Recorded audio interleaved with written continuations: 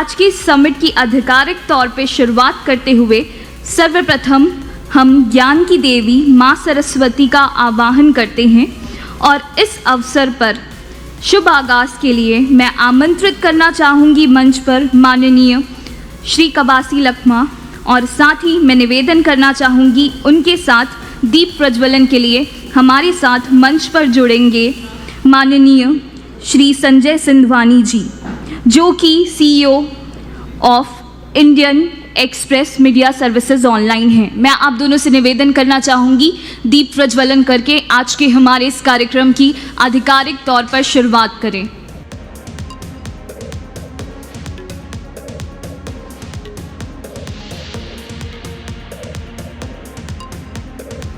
माननीय मंत्री श्री कबासी लखमा जी तथा यहाँ पे उपस्थित सब गणमान्य अतिथियों का मैं इंडियन एक्सप्रेस परिवार की तरफ से स्वागत करता हूँ व आभार व्यक्त करता हूँ कि आपने यहाँ आके इस प्रोग्राम की शोभा बढ़ाई। आपके अलावा इस समय हमारे इस प्रोग्राम का लाइव ट्रांसमिशन हमारी सारी वेबसाइट्स पर हो रहा है, यूट्यूब पर हो रहा है और फेसबुक पे हो रहा है, और हज़ारों लाखों लोग और हमारे साथ जुड़े हुए हैं, उनका भी मैं अभिनंदन करता हूं। मुझे अभी अभी खबर मिली है कि ट्विटर पर हमारा हैशटैग मंथन छत्तीसगढ़, जो कि इस प्रोग्राम का हैशटैग है, छत्तीसगढ़, दिल्ली, मुंबई, रायपुर, कलकत्ता, भुवनेश्वर, लखनऊ सब जगह पर या तो पहले स्थान पर या दूसरे स्थान पर ट्रेंड कर रहा है, और यूट्यूब पे भी ये कीवर्ड इस टाइम सर्च में टॉप पे आ रहा है। इससे ये दिखता है कि कितने सारे लोग इस प्रोग्राम को देख रहे हैं और इससे जुड़े हुए हैं। इंडियन एक्सप्रेस ग्रुप जनसत्ता जिसका एक हिस्सा है, अपने निष्पक्ष व इन्वेस्टिव जर्नलिज्म के लिए प्रसिद्ध है। हमारी वेबसाइट पर करीबन 15 करोड़ लोग हमसे हर महीने जुड़ते हैं व हमारी खबरें पढ़ते हैं। हमारा ओरिजिन तो न्यूज़पेपर है और उसके बाद डिजिटल, लेकिन पिछले 5 महीने से हमने टीवी के ऊपर भी अपना पैर जमाया है, और अब हमने लाइव टीवी, इंडियन एक्सप्रेस और जनसत्ता के चैनल शुरू किए हुए हैं, जो कि हमारे बदलाव की कहानी बताते हैं। जैसे कि ये सरकार इस राज्य को बदलने की चेष्टा कर रही है, ऐसे हम भी अपने आप को बदल के मॉडर्न करने की चेष्टा कर रहे हैं। आज का मंथन कार्यक्रम छत्तीसगढ़ से जुड़े मुद्दों को लेकर है। इलेक्शन आने वाले हैं, सरकार ने क्या काम किए हैं, सरकार की नीतियां क्या हैं, आज हम उसके ऊपर यहाँ पे डिस्कशन करेंगे। और मैं ज़्यादा टाइम नहीं लूँगा, मुझे पता है मंत्री जी को आगे भी जाना है, तो बस यही कहते हुए मैं आप सबका दोबारा से धन्यवाद करता हूँ और आज के कार्यक्रम की प्रारंभ करते हैं। धन्यवाद। आज हमारे छत्तीसगढ़ राज्य में इंडियन एक्सप्रेस के हमारा छत्तीसगढ़ में आज उद्घाटन हुआ। दिल्ली से चल के CEO साहब, उनके अधिकारी और हमारे छत्तीसगढ़ के हमारा सामने बैठे हमारे बुद्धिजीवी लोग, नाचने वाले, गाने वाले, और हमारे छत्तीसगढ़ का मुखिया माननीय भूपेश बघेल साहब भी आने वाला है। यहाँ हमारा नौजवान भी आए हैं, या कलाकार दिखाने वाले लोग भी आए हैं। मैं सबको बधाई देता हूँ, क्योंकि आजकल युग में ये मीडिया महत्वपूर्ण है।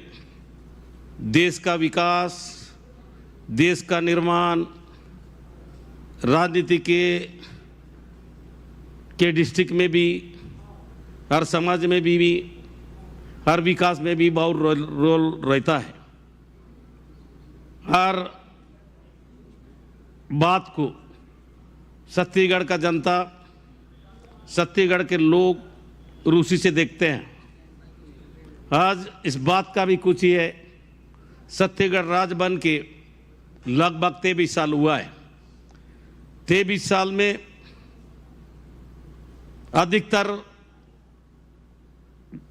यह राज्य भारतीय जनता पार्टी, एक ही पार्टी का सरकार, एक ही पार्टी का मुख्यमंत्री 15 साल किया है। आज 15 साल के बाद हमारे देश के नेता, उस समय तत्कालीन राष्ट्रीय अध्यक्ष इस देश का धड़कन और होने वाला देश के लिए सोचने वाला राहुल गांधी जी छत्तीसगढ़ में आया था। छत्तीसगढ़ में, रायपुर में, सरगुजा में, बस्तर में 2 बात कहा था 2023 में। ये छत्तीसगढ़ दान का कटोरा है। छत्तीसगढ़ को दान कटोरा का नाम से जानते हैं। हर वास्तव में यहाँ के लोग दूसरा पसंद नहीं करते। सबसे छोटा राज्य होने के बाद भी यहाँ दान बहुत फायदा होता है। इसलिए हम लोग छत्तीसगढ़ होने के पहले भी छत्तीसगढ़ दान का कटोरा का नाम सुनते थे, आज भी है। तो राहुल गांधी जी बोला यहाँ के किसान, यहाँ के मजदूर, छत्तीसगढ़ में पैदा होता है कर्जा में और मरता है तो कर्जा में। इसलिए मेरा पार्टी का सरकार आएगा, मेरा सरकार आएगा। अगर मेरे पार्टी को मदद करोगे तो सबसे पहले किसान लोग का कर्जा माफ करेंगे 10 दिन के अंदर। भूपेश बघेल को सोनिया गांधी ने, राहुल गांधी ने मुख्यमंत्री बनाया। एक किसान को, एक गांव का बेटा को पहला बार छत्तीसगढ़ या मुख्यमंत्री बना। तो हमारा मुख्यमंत्री राहुल गांधी 10 दिन का बात करता है। मुख्यमंत्री जब शपथ लेने के बाद 2 घंटा में लगभग 10,000 करोड़ रुपए कर्जा माफ करने वाला हिंदुस्तान का पहला सरकार है, पहला मुख्यमंत्री है। और उसके साथ 2500 रुपया दान खरीदी करने के बाद राहुल गांधी जी ने किया था। लोग बोल रहे थे 2500 में कैसा होगा, 15 साल में पिछले सरकार 1600-1700 में दान खरीदी होगा। लोग विश्वास नहीं किए, 60% लोग विश्वास किए। जिस पर पार्टी 15 साल हुकूमत चलाया उसको 15 सीट, एक साल के लिए 1 सीट दिया। एक तरफ कांग्रेस पार्टी जीता। तो भूपेश बघेल ने 4 साल में 2500 रुपया दान खरीदी किया। इस साल 2600 रुपया दान खरीदी करेगा, अगले साल 2800 रुपया दान खरीदी करेगा। 15 कुंटल लेते थे, अब 20 कुंटल लेंगे। हिंदुस्तान का किसान अगर कहीं मजबूत है, कहीं अगर आगे बढ़ रहा है तो छत्तीसगढ़ भूपेश बघेल के राज में। आज इस बात का खुशी है। कल हमारा वर्किंग कमेटी में दिल्ली में कार्यक्रम हुआ, हैदराबाद में पहला बार दिल्ली को छोड़ के हैदराबाद में कार्यक्रम हुआ। उसमें हमारा वरिष्ठ नेता, शीर्ष नेता जो शामिल हुए, उसमें प्रमुख रूप में सोनिया गांधी जी, राहुल गांधी जी, खड़गे जी, हर प्रदेश का मुख्यमंत्री जी, प्रदेश अध्यक्ष, हर वर्किंग कमेटी के मेंबर वहां शामिल हुए। पूरा देश का दुनिया देख रहा था। वहां पर कल बात यह हुआ कि छत्तीसगढ़ में का मॉडल, अभी 5 राज्य में चुनाव हो रहा है। छत्तीसगढ़ का नीति या छत्तीसगढ़ में लोग पब्लिक में भूपेश बघेल का सरकार कर रहा है, वो 5 राज्य का चुनाव में इसको शामिल करना। मैं बहुत बहुत बधाई देता हमारा वर्किंग कमेटी को, ये छोटा सा राज्य के मुख्यमंत्री को बधाई। अगर हमारा मुख्यमंत्री 2-3 नाम हम हिंदुस्तान में नहीं, तो दुनिया में, अमेरिका में कोई जाएंगे, कोई ब्रिटेन जाता तो लोग पूछते हैं कहाँ के हो, छत्तीसगढ़ के। अरे वही गोबर खरीद होता है क्या? ये छत्तीसगढ़ में अभी कहीं भी जाएंगे, छत्तीसगढ़ या बढ़िया, सबसे बढ़िया। तो उसी प्रकार हमारा मुख्यमंत्री 2022-21 में, 20-21 में नंबर 1 मुख्यमंत्री हिंदुस्तान में, जितना मुख्यमंत्री है नंबर 1 बना। दूसरा मुख्यमंत्री उड़ीसा का नवीन पटनायक बाबू दूसरा नंबर पर आया। 2022-23 में हमारा मुख्यमंत्री छत्तीसगढ़ का नंबर 1 बना, वो दिल्ली का मुख्यमंत्री दूसरा नंबर पर आया। इसलिए साहब मुख्यमंत्री का वो जनता, वो रिपोर्ट कंपनी करता है। हमारा गढ़बो छत्तीसगढ़, बदलो बस्तर, आज हमारे बस्तर में मलेरिया में लोग मरते थे। वहां पर नक्सलियों के डर से बस्तर को कोई बेटी देने के लिए तैयार नहीं थी। आज बस्तर बदल रहा है, सरगुजा बदल रहा है, अब किसान मजबूत हो रहा है। ऐसा सरकार हिंदुस्तान में पहला सरकार है। आपके मीडिया के माध्यम से आप लोग यहाँ आए हो। आज पूरा दुनिया में छत्तीसगढ़ छोटा सा राज्य में हर प्रकार में, चाहे भूमिहीन किसान हो, चाहे चिरा गुंडिया हो, देवगुड़ी हो, गोटूल हो, चाहे चीजा पोला हो। हम लोग, मैं एक दिन दिल्ली में राहुल गांधी का मीटिंग में शामिल हुआ था। मुख्यमंत्री बोला हमारा पोला का छुट्टी देना है। सीएम साहब को मुस्कुराते राहुल गांधी बोलता है तुम्हारा छत्तीसगढ़ के लोग किस्मत में पैदा हो, हर त्योहार को छुट्टी देता है, मैं बधाई देता हूं। आदिवासी विश्व दिवस का छुट्टी, छठ पूजा का छुट्टी, हर हरियाली त्योहार का छुट्टी देने वाला भी हिंदुस्तान का पहला भूपेश बघेल सरकार है। किसान मजदूर के पास पैसा होने से मार्केट में, ट्रैक्टर में, सोना में, चांदी में, व्यापारी में सब कुछ है। हमारे बच्चे पढ़ने में, हम लोग जानते थे, हम लोग भी छत्तीसगढ़ में तो स्कूल गया नहीं हूं, लेकिन यहाँ के बस्तर के लोग भी बहुत पढ़े लिखे लोग हैं, लेकिन IPS IAS नहीं बनते। गुरुजी, तहसीलदार, पटवारी, पुलिस वाला।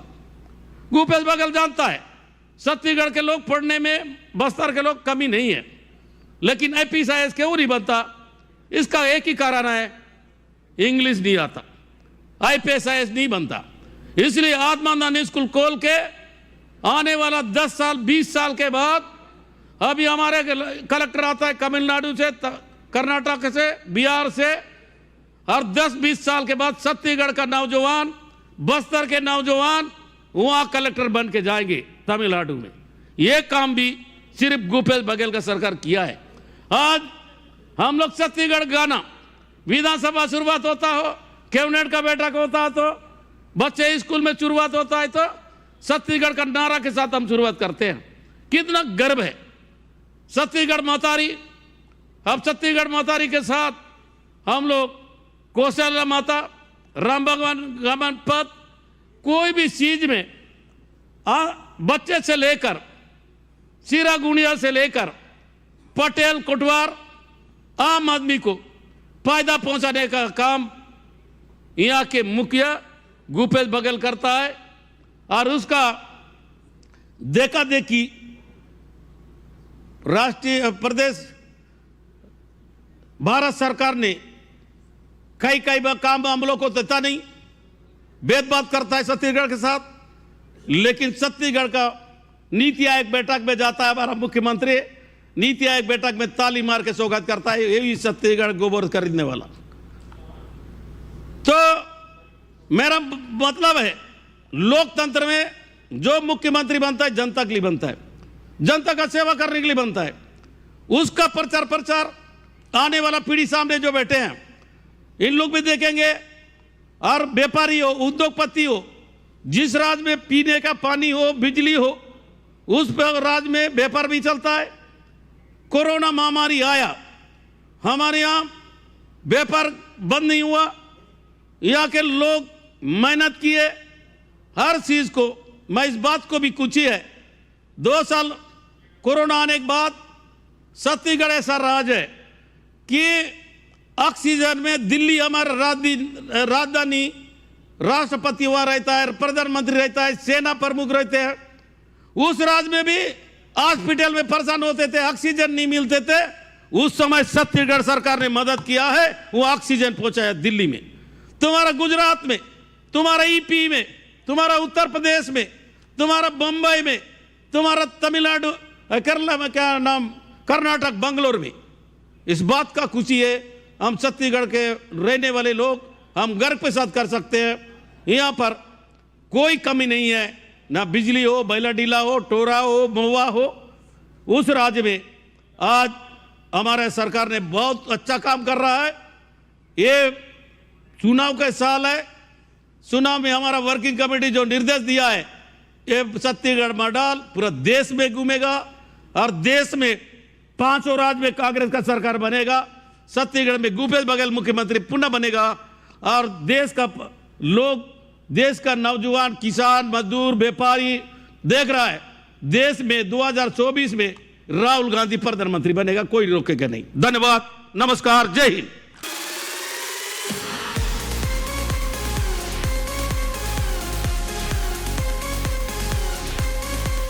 हम हार्दिक हार्दिक स्वागत करते हैं, अभिनंदन करते हैं इंडियन एक्सप्रेस परिवार की ओर से छत्तीसगढ़ के माननीय मुख्यमंत्री श्री भूपेश बघेल जी का। A very warm welcome to you sir.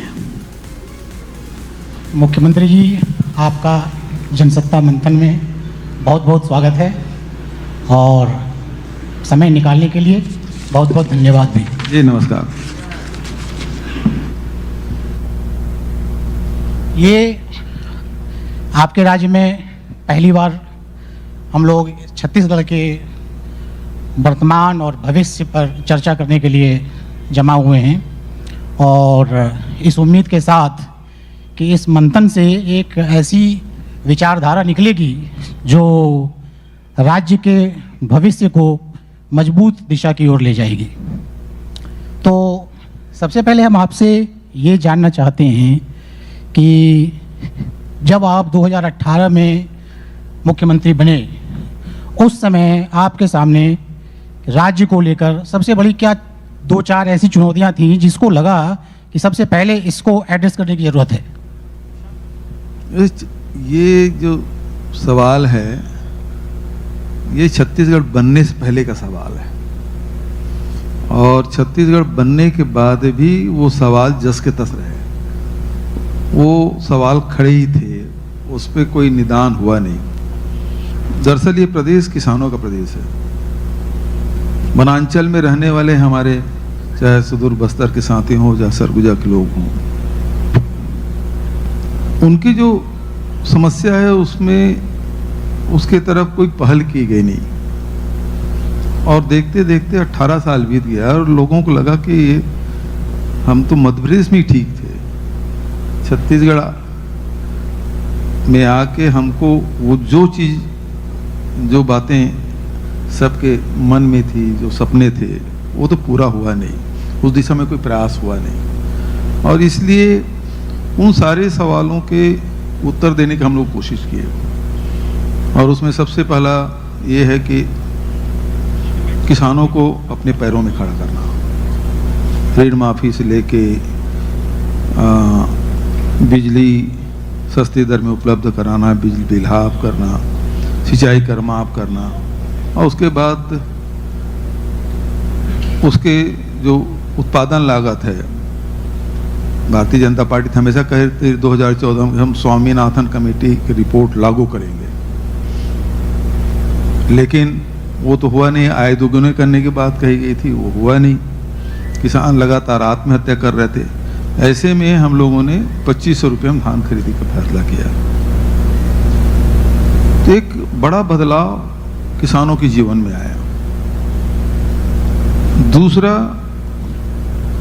यहाँ 44% जंगल है और वनोपज बहुत है, लघु वनोपज बहुत है। उसके न खरीदी की व्यवस्था, न समर्थन मूल्य। तो वो काम हम लोगों ने किया कि जो भी उपज है उसकी खरीदी की व्यवस्था।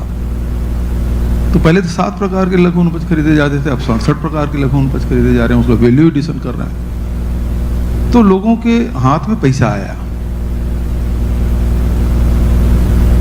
फिर बात गौपालकों की रही है। मतलब आज के समय में खेती भी घाटे का सौदा, गौपालन करना भी घाटे का सौदा। तो उसको फिर हमने फायदे में बदलने के लिए गोधन न्याय योजना लागू की, तो उसमें भी समृद्धि आई। तो आज छत्तीसगढ़ के आम जनता के आय में वृद्धि हुई, बड़ा बदलाव हुआ उसके जीवन में। ये काम हम लोगों ने सबसे पहले किया। फिर शिक्षा है, स्वास्थ्य है, रोजगार है, संस्कृति है, इन सब क्षेत्रों में भी हम लोगों ने काम किया। ये राज्य जैसे जल, जंगल और ज़मीन वाला राज्य है। ये करीब 1/3 आबादी यहाँ पर ट्राइबल है आपके यहाँ। तो इस तरह की जहाँ पर भौगोलिक और जनजातीय स्थिति हो जाती है, उस राज्य में एक ये बड़ी समस्या होती है कि किस तरह से आप, जिस तरह से देश दुनिया आगे बढ़ रही है शिक्षा के मामले में, तकनीक के मामले में और समृद्धि के मामले में, बहुत बड़ी चुनौती हो जाती है इस तरह के जनजातीय और भौगोलिक संरचना वाले राज्यों में। उस फ्रंट पर आप कैसे निपट रहे हैं? बिल्कुल सही सवाल है, और इसी कारण से उनके सवालों के हल नहीं ढूंढने के कारण से ही नक्सलवाद पनपा। और हमारी सरकार बनने के बाद सबसे पहली बात यह है कि किसानों की ऋण माफ़ी तो किए ही हैं, उनके उपज की खरीदी की व्यवस्था किए ही, उसके साथ ही लोहांडीगुड़ा में जो ज़मीन खरीदी गई थी उद्योग लगाने के लिए, और 5 साल से अधिक बीत गया था, और वो ज़मीन फिर हमने वापस करने का फैसला किया। मतलब देश क्या दुनिया में पहली घटना होगी कि आदिवासियों से ली गई ज़मीन वापस किया गया। तो लोग आदिवासियों में बड़ा विश्वास और आश्चर्यचकित थे कि सरकार हमारे बारे में इतना भी सोचती है। फिर जो फॉरेस्ट राइट एक्ट जो बना उसके द्वारा फिर उसको पट्टे देना, पुराने जो आवेदन थे उसके फिर से समीक्षा करना। बहुत सारे लोग थे जिसको उसका कब्जा 2 एकड़ में है और आधे एकड़ का उसको पट्टा दिया गया था, उन सब की समीक्षा करके व्यक्तिगत दावे, सामुदायिक दावे, इसका भी निपटान हम लोगों ने किया, और उसके बाद वन संसाधन अधिकार भी हमने दिया। फिर पहले ही बताया कि जैसे तेंदुपत्ता पहले 2500 में प्रति मानक बोरा की दर से खरीदी जाती थी, अब 4000 प्रति मानक बोरा की दर से हमने किया। तो जंगल में उसका अधिकार हम लोगों ने उसको दिया, और साथ ही जो पेशा कानून बना 1996 का, तो कानून तो बने थे लेकिन उसके नियम नहीं बने थे, तो नियम बनाने का काम हम लोगों ने किया। हमसे पहले 6 राज्य और कर चुके थे, हम 7वां राज्य, हमारे बाद फिर मध्य प्रदेश ने भी लागू किया। तो जो पेशा नियम है उसको हमने लोगों ने लागू किया। बहुत सारी भ्रांतियां थी, बहुत सारे शंकाएं थी, उन सबको दूर करते हुए वो पेशा नियम भी लागू किया। तो अधिकार संपन्न के साथ साथ उसके जो आवश्यकताएं हैं उसके पूर्ति, जैसे कुपोषण बहुत है। छत्तीसगढ़ बना तो 40% लोग गरीबी रेखा के नीचे थे, 41% से अधिक लोग कुपोषित थे, 47% से अधिक हमारे जो 15 साल से 49 साल की जो महिलाएं हैं वो एनीमिक थी। तो उसको एड्रेस करने का काम हम लोगों ने किया। मुख्यमंत्री सुपोषण योजना हम लोगों ने लागू की, भरपेट भोजन भी मिले, और साथ ही उसके इलाज की व्यवस्था। छोटी छोटी बीमारियों में लोगों की मौतें हो जाती थी, तो हमने हाट बाजार क्लिनिक योजना शुरू की। लोग अस्पताल नहीं जाते लेकिन बाजार जरूर जाते हैं, तो हम बाजार भी पहुंचा दिए। उसमें डॉक्टर भी है, नर्स भी है, दवाई है, 10 प्रकार के खून की जांच है, सब फ्री में होने लगा। तो स्वास्थ्य की दिशा में बड़ा काम हुआ। अब वो शहर से वो लोग, मतलब अभी तक 1 करोड़ से अधिक लोग उसका लाभ ले चुके हैं। तो इस प्रकार से वो स्वास्थ्य क्षेत्र में हम लोगों ने काम किया। फिर उसकी जो संस्कृति है, आदि संस्कृति है, उसे न केवल बचाने का काम बल्कि उसे संवर्धित करने का काम, लिपिबद्ध करने का काम, वो सब भी काम हम लोगों ने किया, और उसका ज़बरदस्त फ़ायदा हुआ। देव गुड़ी बनाने का, पीन गुड़ी है, माता गुड़ी है, और उसके साथ गोटूल है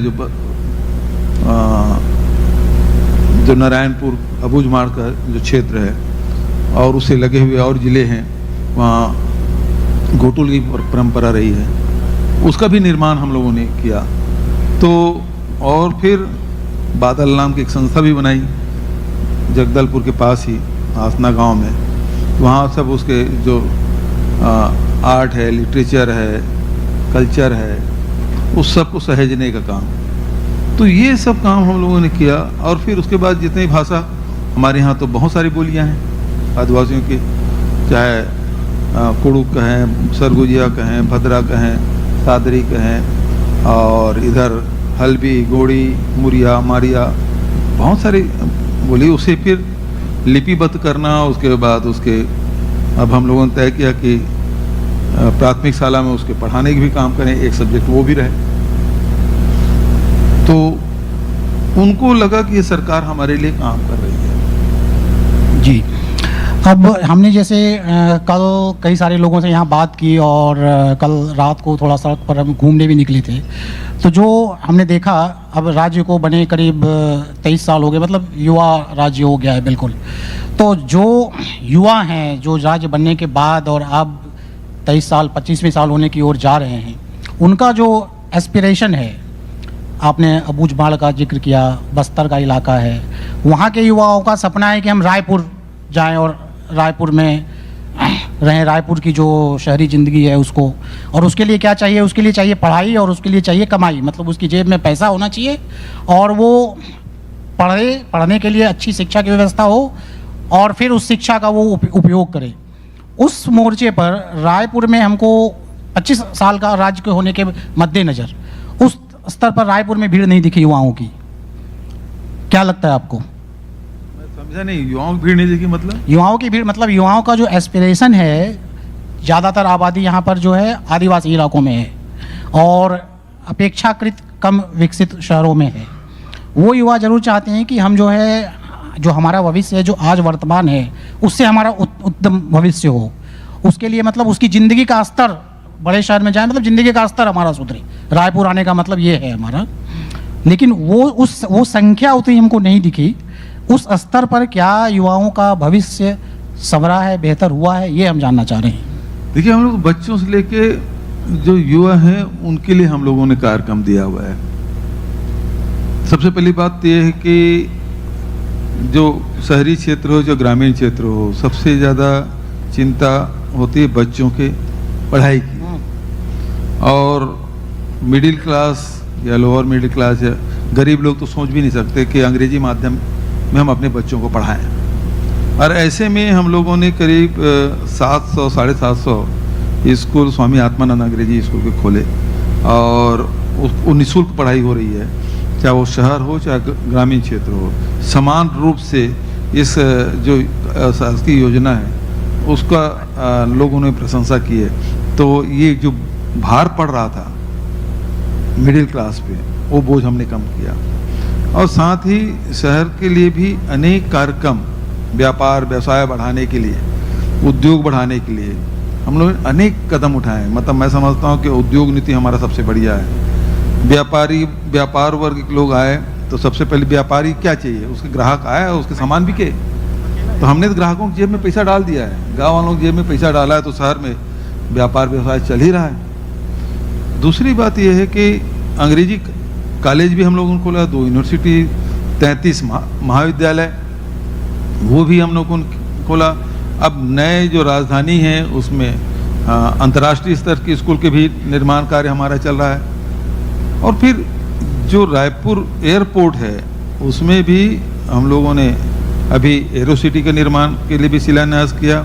और देश का, एशिया का सबसे बड़ा होलसेल मार्केट 1100 एकड़ ज़मीन में, उसका भी शिलान्यास हो गया और बड़ी संख्या में व्यापारी वर्ग के लोग आए थे। जहाँ तक शासकीय नौकरी की बात है, अभी 40,000 पद में भर्ती की प्रक्रिया चल रही है, जिसमें 30,000 तो शिक्षक ही हैं। तो शिक्षा सबसे महत्वपूर्ण है और हम लोग उसमें जोर दे रहे हैं। तो युवाओं के लिए भरपूर अवसर राज्य स्तर पर। उसी प्रकार से खेल कूद का भी आप देखेंगे, पहले कोई खेल की अकादमी नहीं था, 1-2 थे, लेकिन हम लोग 22 अकादमी हम लोगों ने खोला और आवासीय तो करीब 8 हो गए हैं। अभी मैं बीजापुर गया था, कवासी लखमा साथ में थे। बीजापुर की 3 लड़कियां हैं जो चीन से खेल के आई, मेडल लेकर आई। तो बीजापुर जैसे दूरस्थ अंचल में के भी बच्चे, यदि उसको खेलने का अवसर मिला तो वो देश और विदेश में भी देश का भी नाम रोशन कर रहे हैं और हमारे प्रदेश का, और दूरस्थ अंचल में। तो खेल का एक वातावरण युवाओं के लिए अलग से वातावरण। और उसी प्रकार से हम लोगों ने छत्तीसगढ़िया ओलंपिक का भी आयोजन पिछले 2 साल से कर रहे हैं। और फिर साथ ही युवाओं के लिए क्लब भी बनाया है, राजीव युवा मितान क्लब।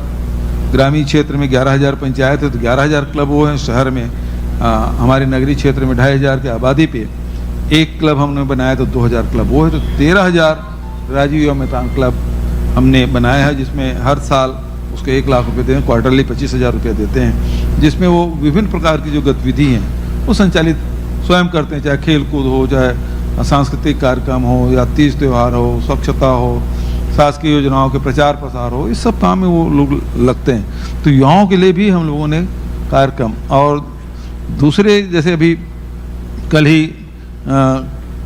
राजस्थान के मुख्यमंत्री मिले थे, हमने बजट में कहा भाई कोटा में हमको 2 एकड़ ज़मीन दे दो ताकि हम अपना वहाँ हॉस्टल बनाएं। हमारे बच्चे वहाँ कोचिंग करने जाते हैं और बहुत खर्चा होता है, तो हम अपना हॉस्टल छत्तीसगढ़ का हॉस्टल बनाएं। तो हमारे बजट में है, लेकिन उसे फिर चिट्ठी भी लिखा था कल मैंने, फिर उसको आग्रह कि हमको 2 एकड़ ज़मीन दे ताकि बढ़िया से हॉस्टल बनाएं, हमारे प्रदेश के बच्चे वहाँ जाएँ, बढ़िया कोचिंग ले और अच्छे अच्छे स्थानों में उसकी भर्तियाँ भी हो। जी, तो बतौर गार्जियन जो एक समस्या हम लोग फेस करते हैं कि प्राइवेट स्कूल और गवर्नमेंट स्कूल, इनकी फ़ीस और इनकी सुविधाएं, मतलब पढ़ाई, बहुत बड़ा गैप पाते हैं, और बतौर गार्जियन एक मिडिल क्लास के लिए उसको बेयर करना काफ़ी कठिन होता है। क्या छत्तीसगढ़ में ये समस्या है, और है तो उसके लिए आप क्या कर रहे हैं? मैंने बताया ना, स्वामी आत्मानंद अंग्रेजी स्कूल खोला और बच्चे बैठे हैं यूनिफॉर्म में, दूर से मैं देख लिया हूँ, तो स्वामी आत्मानंद के बच्चे हैं उसी स्कूल के। यहाँ बहुत सारे पुराने स्कूल थे, हमारे बुजुर्गों ने, पुरखों ने बहुत बढ़िया परिसर बनाया था, लेकिन वो शासकीय बिल्डिंग थी, शासकीय उसमें पढ़ाई उड़ाई होती नहीं थी। तो हम लोगों ने उसको स्वामी आत्मानंद अंग्रेजी स्कूल, चाहे शहीद स्मारक की बात करें, आर डी तिवारी स्कूल की बात करें, चाहे बीपी पुजारी स्कूल की बात करें, ये सारे बहुत पुराने स्कूल हैं हमारे रायपुर शहर के। उसी प्रकार से सभी जगह में नए बिल्डिंग भी हम लोगों ने बनाया। तो इसमें 700 से अधिक, सबसे ज़्यादा डिमांड स्वामी आत्मानंद अंग्रेजी स्कूल की। यदि बस्तर या सरगुजा अंचल में चल दीजिए तो 2 चीज़ की मांग करते हैं, आप हमारे यहाँ बैंक खोल दीजिए और दूसरा स्वामी आत्मानंद अंग्रेजी स्कूल खोल दीजिए।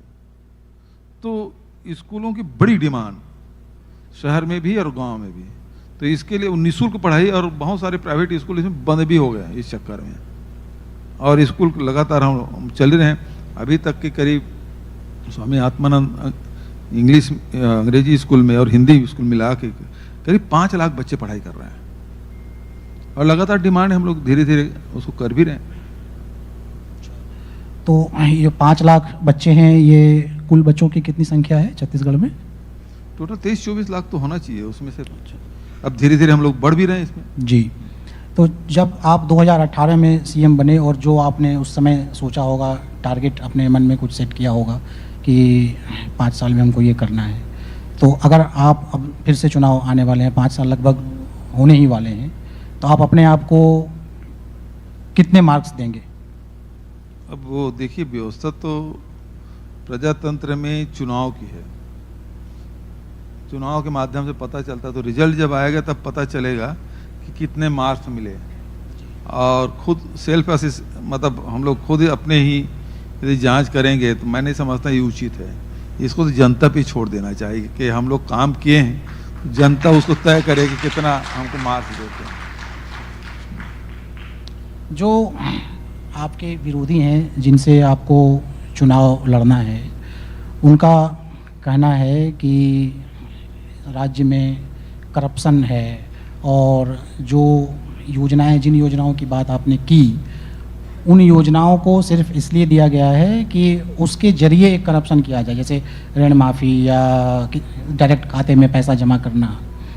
तो इसका काउंटर आप इलेक्शन में किस तरह से करेंगे, इसके लिए क्या स्ट्रेटजी है? बहुत अच्छा सवाल आपने पूछा। अभी कुछ लोग आरोप लगाते हैं कि गोधन न्याय योजना में 1300 करोड़ का घोटाला हुआ। अभी प्रधानमंत्री जी भी आए, वो भी आरोप लगा के गए कि गोधन न्याय योजना में 1300 करोड़ की घोटाला हुआ। और आपको बताऊं, 3 साल हो गए इस कार्यक्रम को चलते, और अभी तक के 265 करोड़ का गोबर खरीदा है। बच्चे पढ़ने वाले बच्चे भी हैं, और अब 265 करोड़ के गोबर खरीदे में 1300 करोड़ का घोटाला कैसे हो जाएगा? कोई गणित पढ़ने वाले बच्चे हैं वो बता सकता है तो बताए मुझे। तो ये दूसरी बात ये है, आप ही ने कहा कि डायरेक्ट ट्रांसफर कर रहे हैं आप, मतलब अभी तक के इन 5 सालों में 1,75,000 करोड़ रुपया, चाहे वो किसान हो, चाहे वो मजदूर हो, चाहे गौपालक हो, चाहे सेल्फ हेल्प ग्रुप हो, चाहे वो बेरोजगारी भत्ता प्राप्त करने वाले नौजवान हो, चाहे वो मजदूर जिसको 7,000 रुपया सालाना हम लोग दे रहे हैं, या जो बस्तर और सरगुजा के जो आदिवासी हैं, जिसके जो बैगा है, पुजारी है, हाट पारिया है, मौर्या है, उनको 7,000 रुपये दें, वो डायरेक्ट ट्रांसफ़र होता है, बटन दबाते हैं और सीधा उसके खाते में जाता है। अब इसमें करप्शन कैसे होता है ये मुझे समझा दे कोई। तो एक चीज़ और आपके विरोधी कहते हैं कि अब की बार 75 बार की स्ट्रेटजी आप लोगों ने एक लक्ष्य रखा है, और विरोधियों का कहना है कि ये हमारा जो एजेंडा था उस एजेंडे पर धीरे धीरे चल रहे हैं। उनका इशारा हिंदुत्व की तरफ है। हिंदुत्व का एजेंडा माना जाता है मुख्य रूप से बीजेपी का था। अब कहा जा रहा है कि कांग्रेस के लोग भी कहते हैं कि भूपेश बघेल से ज़्यादा बड़ा सनातनी कौन होगा। तो ये क्या, अगर विकास पूरी तरह से एक मोर्चा है विपक्ष के दावों की हवा निकालने के लिए, तो फिर इस तरफ क्यों बढ़ रही है चुनावी लड़ाई? जैसे मैं छत्तीसगढ़ में हूँ, तो छत्तीसगढ़ का प्राइड तो मुझे होना चाहिए ना, मुझे गर्व होना चाहिए मैं छत्तीसगढ़िया हूँ। और 15 साल के शासन में उन्होंने कहा छत्तीसगढ़िया तो सबसे हीन भावना वाले लोग हैं, सबसे निचले दर्जे के लोग हैं, ये बासी खाने, बोरे बासी खाने वाले हैं, ये हीन है, ये छत्तीसगढ़ी में बोलते हैं, ये उसको हीन भावना से देखते थे। और वो सारी चीज़ को छत्तीसगढ़ी, चाहे बोली हो, भाषा हो, चाहे खान पान हो, रहन सहन हो, उसके तीज त्यौहार हो, उसको हमने सम्मान देने का काम किया। और जो हरेली त्यौहार है, आज तीज है, तीज के पर्व पे सभी हमारी बेटियों को, बहनों को मैं बधाई भी देता हूँ कि आज तीज का पर्व है, उपवास भी रखी हैं। और तीज के दिन हम लोग छुट्टी दिया। आदिवासी जो अंतर्राष्ट्रीय आदिवासी दिवस है, उसके अवकाश हमने घोषित की। तो ये सब चीज़ें हम लोगों ने किया। तो ये छत्तीसगढ़ के मतलब जिसे हम लोग अपने आप को गौरवान्वित महसूस कर सकते हैं। उसके खेल कूद को छत्तीसगढ़ी ओलंपिक का आयोजन किया। तो ये जो छत्तीसगढ़ियापन जो है ना, और वो अपने आप में बहुत बड़ी चीज़ है जो हजारों साल से हमारे पूर्वजों ने इसको पीढ़ी दर पीढ़ी इसको संजो के लाया। जो सरलता, सहजता, ईमानदारी, कर्मठता और फिर समूह में मिलके काम करना, तो ये सब जो छत्तीसगढ़ आज जब उस चीज़ को हम लोग ऊपर लेके आते हैं, देश और दुनिया के सामने लाते हैं, तो बोले छत्तीसगढ़ ऐसा भी है। क्योंकि लोग तो छत्तीसगढ़ को या तो नक्सलवाद के नाम से जानते थे या कुछ खदानों के नाम से जानते थे, लेकिन छत्तीसगढ़ के ये स्वरूप तो देश और दुनिया ने नहीं देखा था जो इन 5 वर्षों में देखने को मिला है।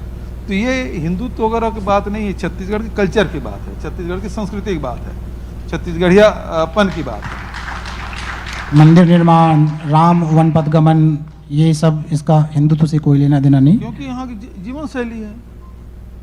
क्योंकि भगवान ऐसा मानते हैं कि भगवान राम सबसे ज़्यादा समय यहाँ गुजारे हैं। भगवान राम वनवास के समय जिन मार्गों से चले, वहाँ हम उसको पर्यटन पर्पथ के रूप में विकसित भी कर रहे हैं। अभी बिल्कुल आपसे 15 किलोमीटर की दूर में कौशल्या माता का प्राचीन मंदिर है, दुनिया का एकमात्र मंदिर है।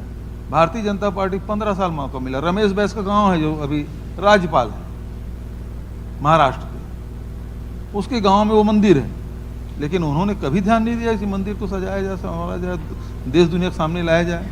और ये काम हमने किया। तो कोई नया चीज़ तो है ही नहीं। राजिम सबसे प्राचीन हमारे नगरी राजीव लोचन की मंदिर है, शिव की मंदिर है, लेकिन कभी उसे विकसित करने की कोशिश नहीं की। शिवरी नारायण ये बहुत प्राचीन मंदिर, प्राचीन स्थल है, धार्मिक स्थल है। वहीं पर सबरी माता का मंदिर है, तो बहुत प्राचीन मंदिर है। तो हमने यदि उसे सजोने का काम कर दिया, उसे सजाने का काम कर दिया, तो इसमें गलत क्या है? आपको तो मौका मिला था। आप तो केवल अयोध्या के राम मंदिर के नाम से वोट मांगते रहे, लोगों को बरगलाते रहे। आप गाय के नाम से वोट मांगते रहे, गाय की कभी सेवा नहीं की। तो यदि छत्तीसगढ़ में इस प्रकार से सांस्कृतिक, धार्मिक, आध्यात्मिक रूप से जो यहाँ की चीज़ें हैं उसको ऊपर लाने की कोशिश करते हैं। हमारे गांव-गांव में राम कोठियाँ होती हैं, कभी सोचे ये लोग? तो हम लोग उस प्रकार से लगातार काम कर रहे हैं।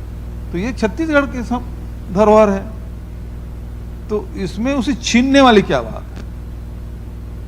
ये राम जो है इनके लिए ओढ़ दिलाने का काम कर सकते हैं। इनके राम नोट दिलाने का काम कर सकते हैं। हमारे राम जो वो वनवासी राम है, हमारे राम है वो सबरी के राम है, हमारे राम है वो मेहनत कश लोगों के राम है, हमारे राम है कौशल्या के राम है। और क्योंकि कौशल्या यहाँ की बेटी है तो हम लोगों की भांचा है, हमारे लिए भांचा राम है।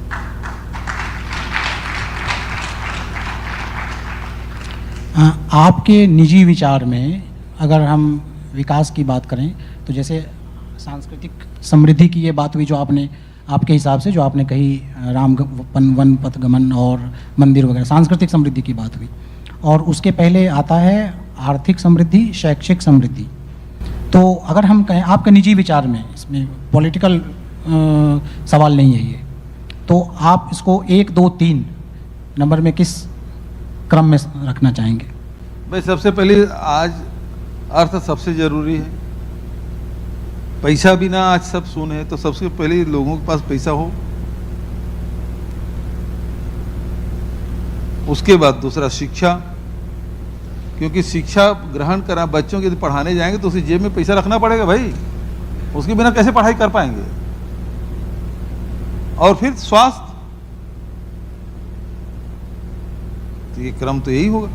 इसलिए हम लोगों को समृद्ध बनाने का काम, क्योंकि सबसे कम आय लोगों की थी, उसको बढ़ाने का काम, उसी सब कुछ वो पहिया उसी से घूमता है। तो जो आज जो अर्थव्यवस्था 2 प्रकार की है, एक कांग्रेस की अर्थव्यवस्था, दूसरा भारतीय जनता पार्टी की। दोनों अर्थव्यवस्था में अंतर ये है कि कांग्रेस है वो आम जनता को मजबूत बनाने का काम करती है, आम जनता को ताकतवर बनाने और उसके हाथ में पैसा देने का काम करती है। दूसरे तरफ भारतीय जनता पार्टी का अर्थनीति ये है कि लोगों की जेब से, चाहे वो नोटबंदी करो, चाहे जीएसटी करो, चाहे लॉकडाउन करो, सबके जेब से पैसा निकालो, बैंक में डलवाओ और अपने मित्रों को फुर्र करवा दो, बाहर कर दो या फिर उसकी जेब में चला जाए।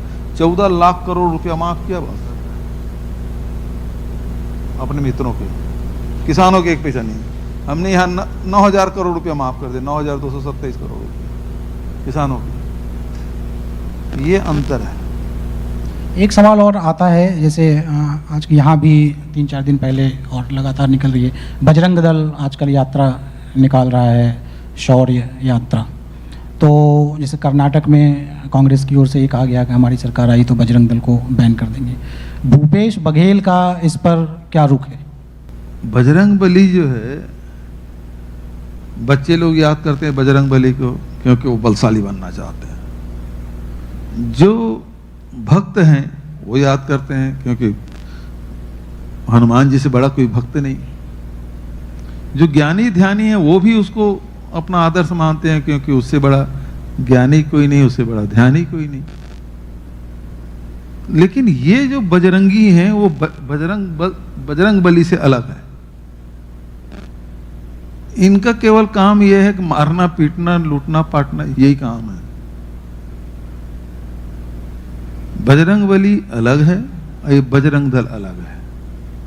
बजरंग दल से निपटने के लिए भूपेश बघेल का क्या रुख है? उसकी जरूरत नहीं है,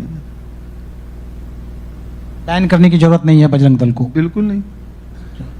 तो पोलराइजेशन जो हो रहा है उसमें एक हिस्सा बजरंग दल भी अपना रोल निभा रहा है, तो उसकी काट क्या है आपके पास? देखिए,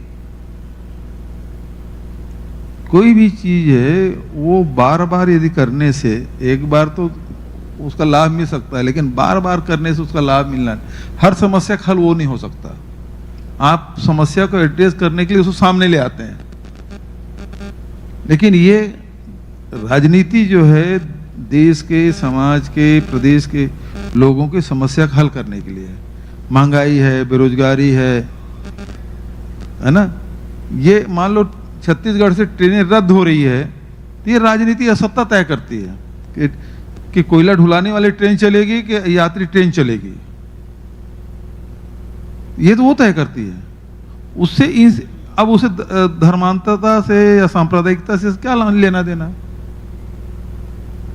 यदि मैं अब धर्म मानता हूं, व्यक्तिगत भी पूजा पाठ करता हूं, सामूहिक रूप से पूजा का पाठ करता हूं, वो एक अलग विषय है। लेकिन सत्ता ये तय करते कि सड़क बनेगी, कि रेल बनेगी, कि हवाई अड्डा बनेगी, कि स्कूल बनेगी, हॉस्पिटल बने, ये तय करते हैं। और एक वातावरण देने का काम। आप तो हमेशा हिंसा घृणा की बात करते हैं। इस देश में हिंसा घृणा क्या स्थान है? बार बार यहाँ के संत महात्माओं ने कहा कि हिंसा घृणा से कुछ नहीं होना है, क्रोध से कुछ नहीं होना है, इससे नुकसान ही होता है।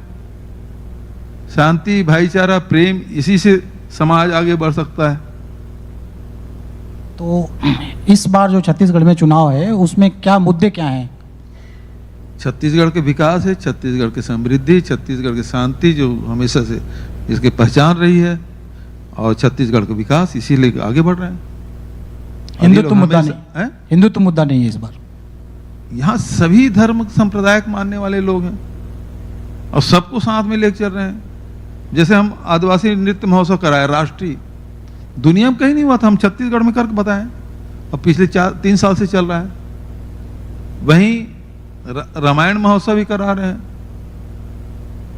तो वहीं सिरपुर में बौद्ध परिसर है, उसका विकास हम लोग कर रहे हैं। तो सबको साथ में, यहाँ साकार मानने वाले भी हैं, निराकार मानने वाले हैं। कबीर के बढ़िया से कबीर सरोवर भी बना रहे हैं दामाखेड़ा में। तो लुथरा शरीफ के सौंदर्यीकरण भी हम लोग कर रहे हैं। तो जो जो चीजें हमारे छत्तीसगढ़ में हैं, और जो अभी गुरु नानक देव मानने वाले हैं, तो हमारे ये महासमुंद जिले में, अब जगह का नाम अभी तत्काल मुझे याद नहीं आ रहा है, तो वहाँ आए थे गुरु नानक देव, तो उसे धार्मिक पर्यटन स्थल के रूप में विकसित करने का हमने फैसला किया है। और ईडी के एक्शन को मुद्दा बनाएंगे इस बार या नहीं? अब वो तो भारतीय जनता पार्टी के एक विंग है, उसी के भरोसे चुनाव लड़ रहे हैं। नहीं तो यहाँ तो अमित शाह जी आए थे, भारतीय जनता पार्टी के दूसरे नंबर के बड़े नेता, और एक ऑडिटोरियम साइंस कॉलेज के उसमें वो जा रहे थे, उसमें 1.5 घंटा इंतजार करने के बाद वो 1,500 का हाल भर नहीं पाया था। यदि उसी समय ईडी आईटी वालों को बोल देते ना कि ये हाल भरना है, तो सबके घर फोन कर देते ईडी आईटी वाले, भाई हाल में जाओ तो आपके यहाँ चापा नहीं डालेंगे, वो छलक जाता वो हाल, वहां चुक गए। वो है ही अपने आप में मुद्दा। पूरे देश के लोग जान रहे हैं कि ईडी आईटी के उपयोग किस प्रकार से दुरुपयोग यहाँ हो रहा है। अब गंभीर सवालों को हम लोग छोड़ते हैं और बातचीत के आखिरी पड़ाव पर आते हैं और थोड़ी हल्की फुल्की बातें करते हैं। आपके घर में आपको वोट नहीं मिलता था, आपके पिताजी आपको वोट नहीं देते थे, आप देते हैं या नहीं देते? अब मैं पूछना बंद कर दिया हूं। अच्छा।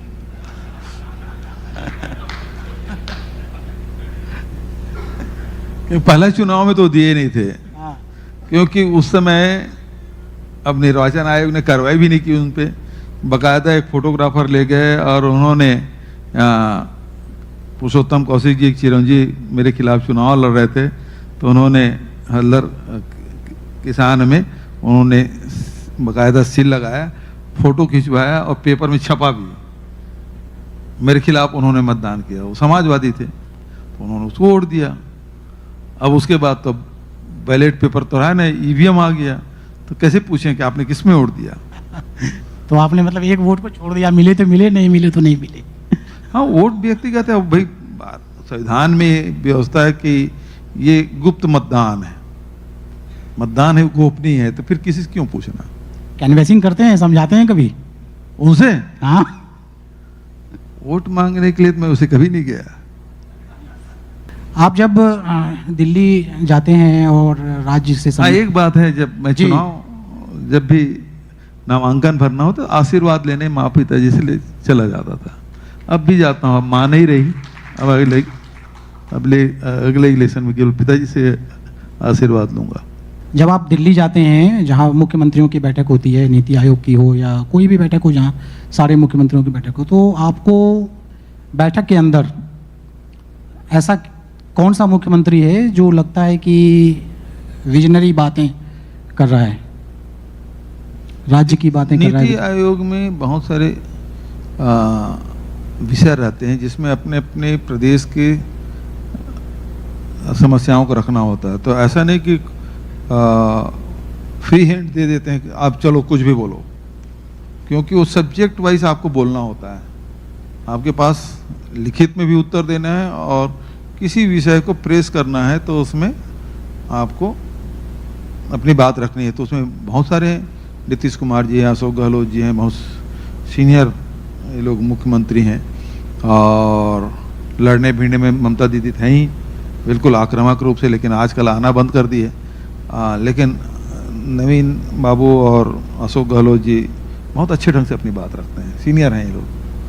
आपको मिल के किन से सबसे ज़्यादा अच्छा लगता है? सबसे मिलके अच्छा लगता है। अरविंद केजरीवाल जी से मिलते हैं?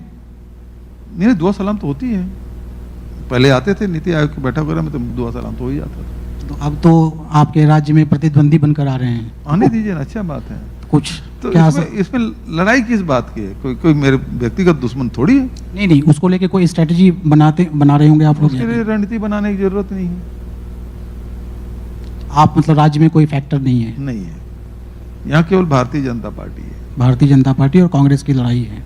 अच्छा, तो जैसे आपकी बार 75 पार का टारगेट के लिए स्ट्रेटजी क्या रखें? एक तो आपने कहा चलिए विकास के नाम पर वोट मांगेंगे, एक तो ये स्ट्रेटजी आपने भाई बताई। जिन मुद्दों को लेकर जनता के बीच में गए तो 68 सीट जीते, उसको क्रियान्वयन करते करते उपचुनाव हुए, उसमें हमारे 71 हो गए, और सारी योजनाओं को जो जनता के बीच में लागू कर दिया, तो हमको पूरा विश्वास है। अब लक्ष्य को जब 71 हमारे विधायक हैं ही, तो लक्ष्य कम कैसे करूं मैं? वो तो फिर ऊपर ही जाएगा। तो इसलिए अब की बार 75 पार। चुनाव में टेक्नोलॉजी का कितना और किस तरह से इस्तेमाल कर रहे हैं जी?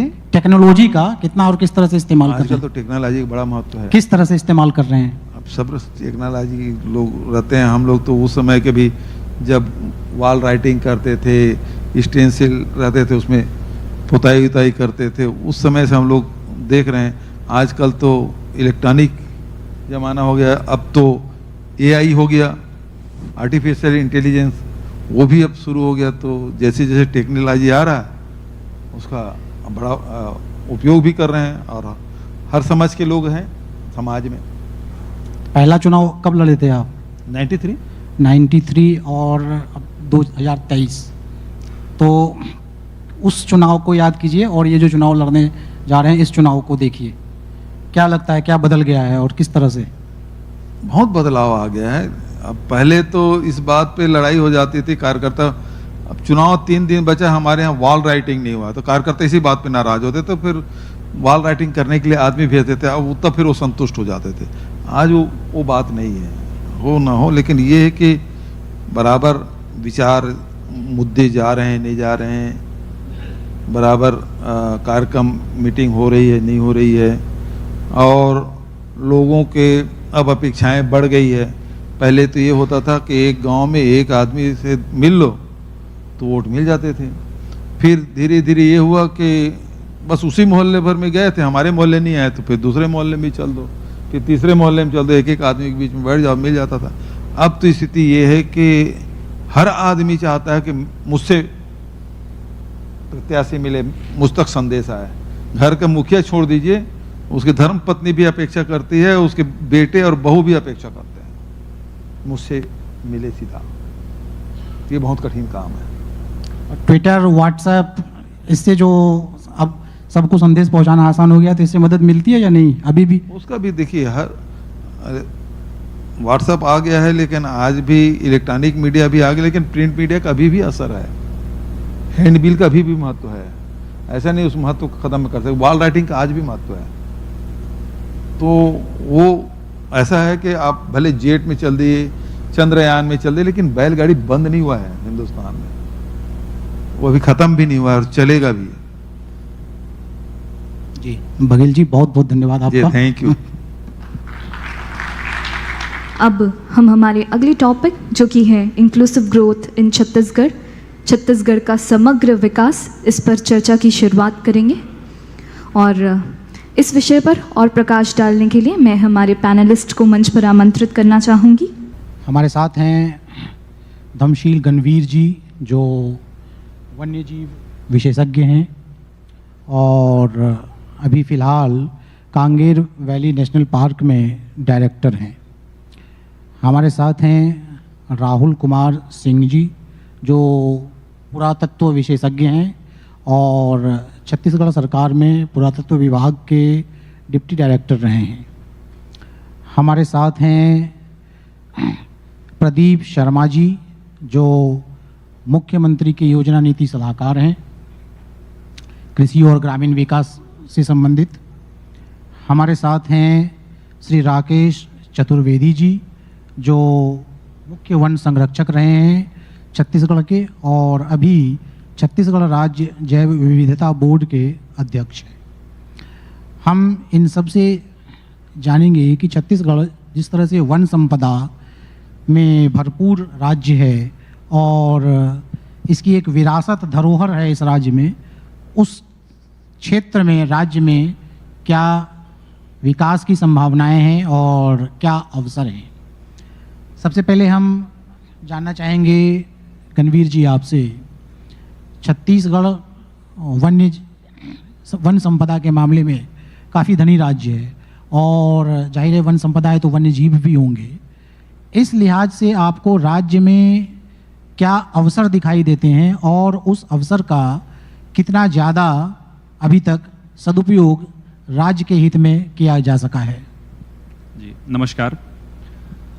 जैसे छत्तीसगढ़ की अगर हम बात करें तो छत्तीसगढ़ अपने आप में एक यूनिक ऐसा स्टेट है जहाँ पे 44% जो है भूभाग जो है जंगलों से आच्छादित है, वनों से आच्छादित है। और उसके साथ साथ में हमारे जो जंगल के आसपास में, वनों के आसपास में रहने वाली यहाँ पे जो ग्रामीण समुदाय है, वो 70 से 80% जो हमारे जो ग्रामीण समुदाय है वो जंगल के 5 किलोमीटर परिधि में यहाँ निवासरत है। और उसके साथ साथ में हमारे यहाँ पे जो लघु वनोपज जो अगर हम उसकी बात करें तो लघु वनोपज से ये इसके लिए ये छत्तीसगढ़ जो है अभी पूरे देश में जो है अव्वल नंबर पे इसको जाना जाता है। उसके साथ साथ में हमारे जो छत्तीसगढ़ है यहाँ पे जो हमारी जो वनौषधियाँ है वो प्रचुर मात्रा में यहाँ पाई जाती है। तो इस प्रकार से हमारे जो छत्तीसगढ़ के जो नैसर्गिक जो संपदा है वो बहुत ही रिच है, बहुत ही अपने आप में एक जो है यहाँ पे हेरिटेज, मतलब इसको हम बोल सकते हैं कि हमारा नेचुरल हेरिटेज यहाँ पे पाया जाता है। उसके साथ साथ में हमारे यहाँ पे वन्य जीवों को भी बहुत सारी प्रचुर मात्रा में पाए जाते हैं। हमारे यहाँ पे वाइल्ड बफेलो है जो केवल इंडिया में आसाम में और छत्तीसगढ़ में ही पाया जाता है, वो हमारे छत्तीसगढ़ में एक जो है देखने को मिलता है। और उसके साथ साथ में हमारा जो बस्तर हिल मैना है वो भी हमारे छत्तीसगढ़ राज्य का जो पक्षी है, राजकीय पक्षी है, वो हमारे छत्तीसगढ़ में है। और बहुत सारी ऐसे जो वन्यजीव है, जो जैव विविधता है, हमारे छत्तीसगढ़ में देखने को मिलती है। और इसके लिए हम लोग लगातार जो है शासन और हम लोग वन विभाग की ओर से लगातार प्रयासरत है कि इनको हम लोग हमारी जो वनों के आसपास रहने वाले जो समुदाय है उनके साथ मिलके हम लोग जो है इनके संरक्षण के लिए लगातार हम लोग प्रयास कर रहे हैं।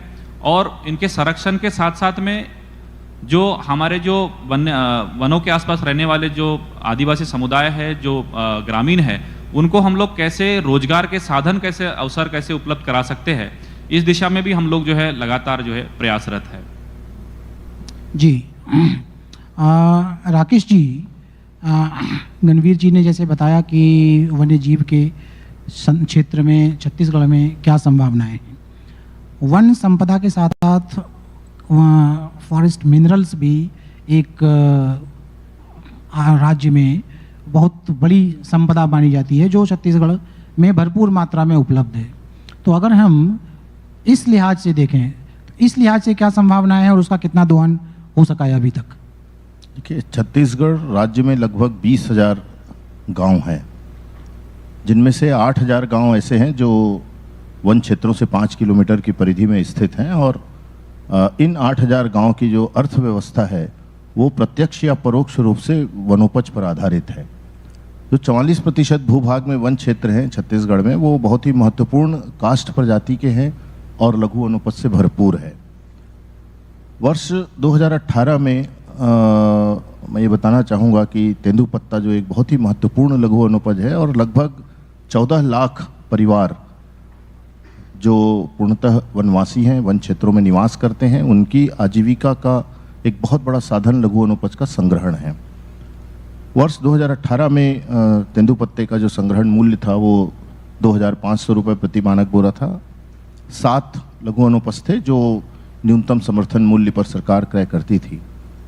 वर्ष 2019 में राज्य सरकार ने तेंदुपत्ते का जो संग्रहण मूल्य है उसको बढ़ाकर 4,000 रुपये किया, और जो लघु वनोपज है, वनौषधियाँ हैं, उनके संग्रहण, प्रसंस्करण, मार्केटिंग, पैकेजिंग, ब्रांडिंग, इस सब को लेकर के एक निश्चित सोची समझी रणनीति के अंतर्गत काम करना शुरू किया।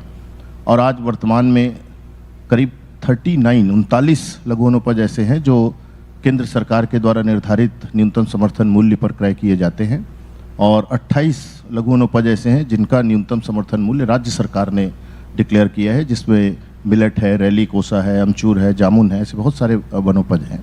और वर्तमान में लगभग 67 लघु वनोपज ऐसे हैं जो न्यूनतम समर्थन मूल्य पर सरकार क्रय कर रही है। लगभग 4,000 गाँव में 800 से ऊपर हाट बाज़ारों में 4,800 के करीब महिला स्व सहायता समूहों के माध्यम से लगभग 80,000 महिलाएं संग्रहण, प्रसंस्करण, वैल्यू एडिशन, मार्केटिंग, ब्रांडिंग इसमें काम कर रही हैं, और उससे एक बहुत बड़ा ग्रामीण अर्थव्यवस्था को मजबूती मिली है। यहाँ मैं यह बताना चाहूँगा कि कोविड के कार्यकाल में जब लॉकडाउन 1, 2, 3 था, उस एक साल में जब लगभग सारे कार्य, निर्माण कार्य बंद थे, उस दौरान छत्तीसगढ़ राज्य ने देश का 73% लघु वनोपज खरीदा था, और वनवासी क्षेत्रों में वनवासियों की आय में ज़बरदस्त वृद्धि हुई थी। इसके लिए राज्य सरकार ने वर्तमान में IIT कानपुर है, CFTRI मैसूर है, Indian millet research institute Hyderabad है, IIT BHU है, इनके साथ में हमने मेमोरेंडम ऑफ अंडरस्टैंडिंग साइन करके किस तरह से हम उनके जो प्रोसेसिंग है, जिसको सस्टेनेबल नॉन डिस्ट्रक्टिव कलेक्शन, और उसके बाद में उसमें वैल्यू एडिशन करके उसकी किस तरह से हम ब्रांडिंग और पैकेजिंग करें जिससे उसको मार्केट में अच्छा प्राइस मिले। और ये पूरी व्यवस्था जो है वो एक डिजिटल प्लेटफॉर्म पर अवेलेबल है, और वो सारा का सारा पैसा जो वनवासी संग्राहक है उनको वापस चला जाता है। इसके लिए सर्टिफिकेशन की व्यवस्था भी की गई है, क्योंकि जब तक ऑर्गेनिकली सर्टिफाई नहीं होता है प्रोडक्ट्स की उतनी ज़्यादा वैल्यू नहीं मिलती है मार्केट में। उसके लिए पूरे राज्य में 5 जगहों पर टेस्टिंग लेबोरेटरीज भी बनाई गई है, और एक बहुत ही सिस्टमेटिक तरीके से इसके संग्रहण का और प्रसंस्करण का कार्य चल रहा है। आज लगभग 126 ऐसे प्रोडक्ट्स हैं जो इन लघु वनोपज और वनौषधि प्रजातियों से बनाए जाते हैं, जो फ्लिपकार्ट और अमेजॉन पर भी अवेलेबल हैं। छत्तीसगढ़ हर्बल्स के नाम से दुबई तक के और सिंगापुर तक के हमारे महिला संग्राहकों को अंतर्राष्ट्रीय स्तर पर इस कार्य के लिए सम्मानित किया गया है। ये जहाँ तक इसके लिए राज्य सरकार ने इंडस्ट्रियल पॉलिसी में भी जो फूड प्रोसेसिंग यूनिट है या जो माइनर फॉरेस्ट प्रोड्यूस पर आधारित जो प्रोडक्ट्स हैं उनके लिए टॉप प्रायोरिटी सेक्टर में इंडस्ट्रियल पॉलिसी में इसको रखा हुआ है। और कास्ट प्रजातियों के लिए जो नॉन फॉरेस्ट्री एरियाज़ है, वन क्षेत्रों के बाहर किसानों को इस काम से जोड़ने के लिए मुख्यमंत्री वृक्ष संपदा योजना जो इस वर्ष लागू की गई, जिसके अंतर्गत 38,000 एकड़ में कमर्शियल प्रजाति के प्लांटेशंस किए गए, जो न केवल क्लाइमेट चेंज मिटिगेशन इश्यूज़ को हैंडल करने के लिए भी महत्वपूर्ण है, बल्कि उससे किसानों की आय में काफ़ी वृद्धि होगी। और इसमें राज्य सरकार ने लगभग 58 कास्ट प्रजातियां ऐसी हैं जिनको कटाई की अनुमति से फ्री किया है, उनको ट्रांजिट परमिट की अनिवार्यता से मुक्त किया है। इसके अलावा जो लैंड रेवेन्यू कोड है या फॉरेस्ट ट्राइबल इंटरेस्ट एक्ट जो है, उसमें बहुत सारे महत्वपूर्ण संशोधन किए हैं, जिससे कि किसानों को कमर्शियल ट्रीज़ के प्लांटेशन करने के बाद जब उनको कटाई करने का अवसर आए या बेचने का अवसर आए या उसको परिवहन की ज़रूरत पड़े, तो उस समय नियम कायदे कानूनों के जंजाल में उसको न उलझना पड़े। इसलिए इन सारे नियमों का राज्य सरकार ने सरलीकरण किया है। जी, और प्रदीप जी, जो बताया अभी राकेश जी ने, एक बड़ी चुनौती है कि जो वनोपज हैं उसमें ग्रामीणों और उत्पाद के बीच में बिचौलिए नहीं आ जाए, और इस समस्या से निपटने के लिए क्या किया जा सकता है और क्या हो रहा है? एक बहुत महत्वपूर्ण जानकारी जो राकेश भैया ने राकेश भैया ने दी है, उससे भी थोड़ा सा उसको मैं फैलाता हूँ, क्योंकि आपका प्रश्न बहुत बड़ा है। बिचौलियों को लेके जो अभी तक चीज़ें हुई थी, ये इसलिए होती थी कि सरकार का कोई एमएसपी नहीं होता था। जब सरकार ने एमएसपी की घोषणा शुरू की और 7 लघु वनोपज जो खरीदे जाते थे वो बढ़ के 67 जब वनोपज में आ गई बात, जैसा मुख्यमंत्री जी बता रहे थे, तो हम पूरे देश के जितने लघु वनोपज खरीदे जाते हैं उसके 2/3 वनोपज अकेले छत्तीसगढ़ में खरीदे जाते हैं, 75%। दूसरा, जब हमने महुए का रेट 40 रुपये रखा तो बाज़ार में उसका रेट जो पहले 16-17 रुपये होता था सीधा बढ़ के 50 रुपये हो गया। तीसरा उदाहरण, जब हम लोगों ने मिलेट्स की खरीदी शुरू की कि सीएम साहब ने कि मिलेट खरीदना पड़ेगा, क्योंकि जब तक आप गारंटी नहीं दोगे खरीदने का तब तक वो रकबा बढ़ेगा नहीं। एक तरफ नालों में पानी आ गया, नरवा गरवा गुरवा बाड़ी जो योजना है उसके तहत 12,000 नाले लगभग रिवाइव हो गए, उसके किनारे मिलेट्स बोए जाने लगे। जैसे ही हम लोगों ने कहा तो अधिकारियों ने बोला कि सर मिलेट्स खरीद के बेचेंगे कहाँ। सीएम साहब ने कहा आप खरीदिए। पहले साल लगभग 27,000 क्विंटल मिलेट्स खरीदे गए। दूसरे साल घट के वो 6,000 क्विंटल हो गया। क्यों? क्योंकि जो लोग खरीदते थे उन लोगों ने आके इन मिलेट्स को सरकार के समर्थन मूल्य से ज़्यादा लेके मार्केट में बेच दिया। तो ये जो है वो किसान को डायरेक्ट सपोर्ट करने का एक प्रोसेस है, जिसमें आप मार्केट के फ्री ट्रेडिंग को जारी रखते हैं, लेकिन आप तय कर देते हैं कि भाई आप इससे नीचे नहीं बेचिएगा, मिनिमम सपोर्ट प्राइस। धान में आता हूँ, गर्मी का धान 1200 रुपये में बिकता था। बार बार डिमांड आती थी गर्मी के धान को खरीद लीजिए। अब चूँकि वो 30% इलाके में ही गर्मी का धान होता है, उतने में सिंचाई है। लेकिन जैसे ही 1850 प्लस समर्थन मूल्य के साथ बोनस ये मिला के 2650 हुआ, गर्मी का धान इस साल 2400 रुपये में बिका है, पहले कभी नहीं बिका था। तो क्या होता है कि जब आप मिनिमम सपोर्ट प्राइस जो है उसको ठीक से इम्प्लीमेंट करते हैं तो बाजार के जो एक्टिव फोर्सेस हैं मार्केटिंग के वो बढ़ जाता है। इस तरह की योजनाओं से फ्री मार्केट का जो सपोर्ट सिस्टम बनना चाहिए वो एक पॉलिसी लेवल पे फ्रेमवर्क के साथ खड़ा हो गया। तो छत्तीसगढ़ में आज आप ये नहीं कह सकते कि कोई नमक बेच के चिरौंजी ले रहा है। आज आप सबके लिए एक व्यवस्था है, चिरौंजी बेचना, यहाँ जाइए, इस काउंटर पे जाइए, वनधन योजना केंद्र में जाइए, वहाँ पर आपको समर्थन प्राइस में आपको मिलेगा। अब आप नमक जाके वापस खरीद लीजिएगा।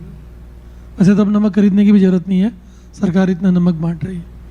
तो ये जो चीज़ है वो तेंदुपत्ता में 4,000 रुपये की वृद्धि, ये जो वनोपज में सिस्टम बना है ये पूरी तरह से उस मार्केटिंग इंफ्रास्ट्रक्चर का मिनिमम सपोर्ट प्राइस ठीक से तय करना और उसको इम्प्लीमेंट करना, इन दोनों फ्रंट पे सरकार ने बहुत अच्छा काम किया। राहुल जी, अब हम आपके पास आना चाहेंगे।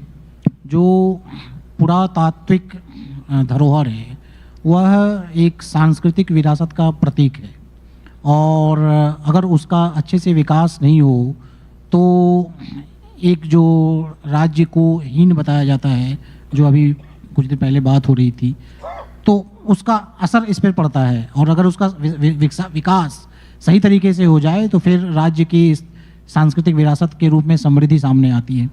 तो पुरातत्व के हिसाब से अगर आप देखते हैं तो छत्तीसगढ़ में क्या ऐसा है जो अभी भी उभर कर नहीं आया है और उसको सामने लाए जाने की ज़रूरत है?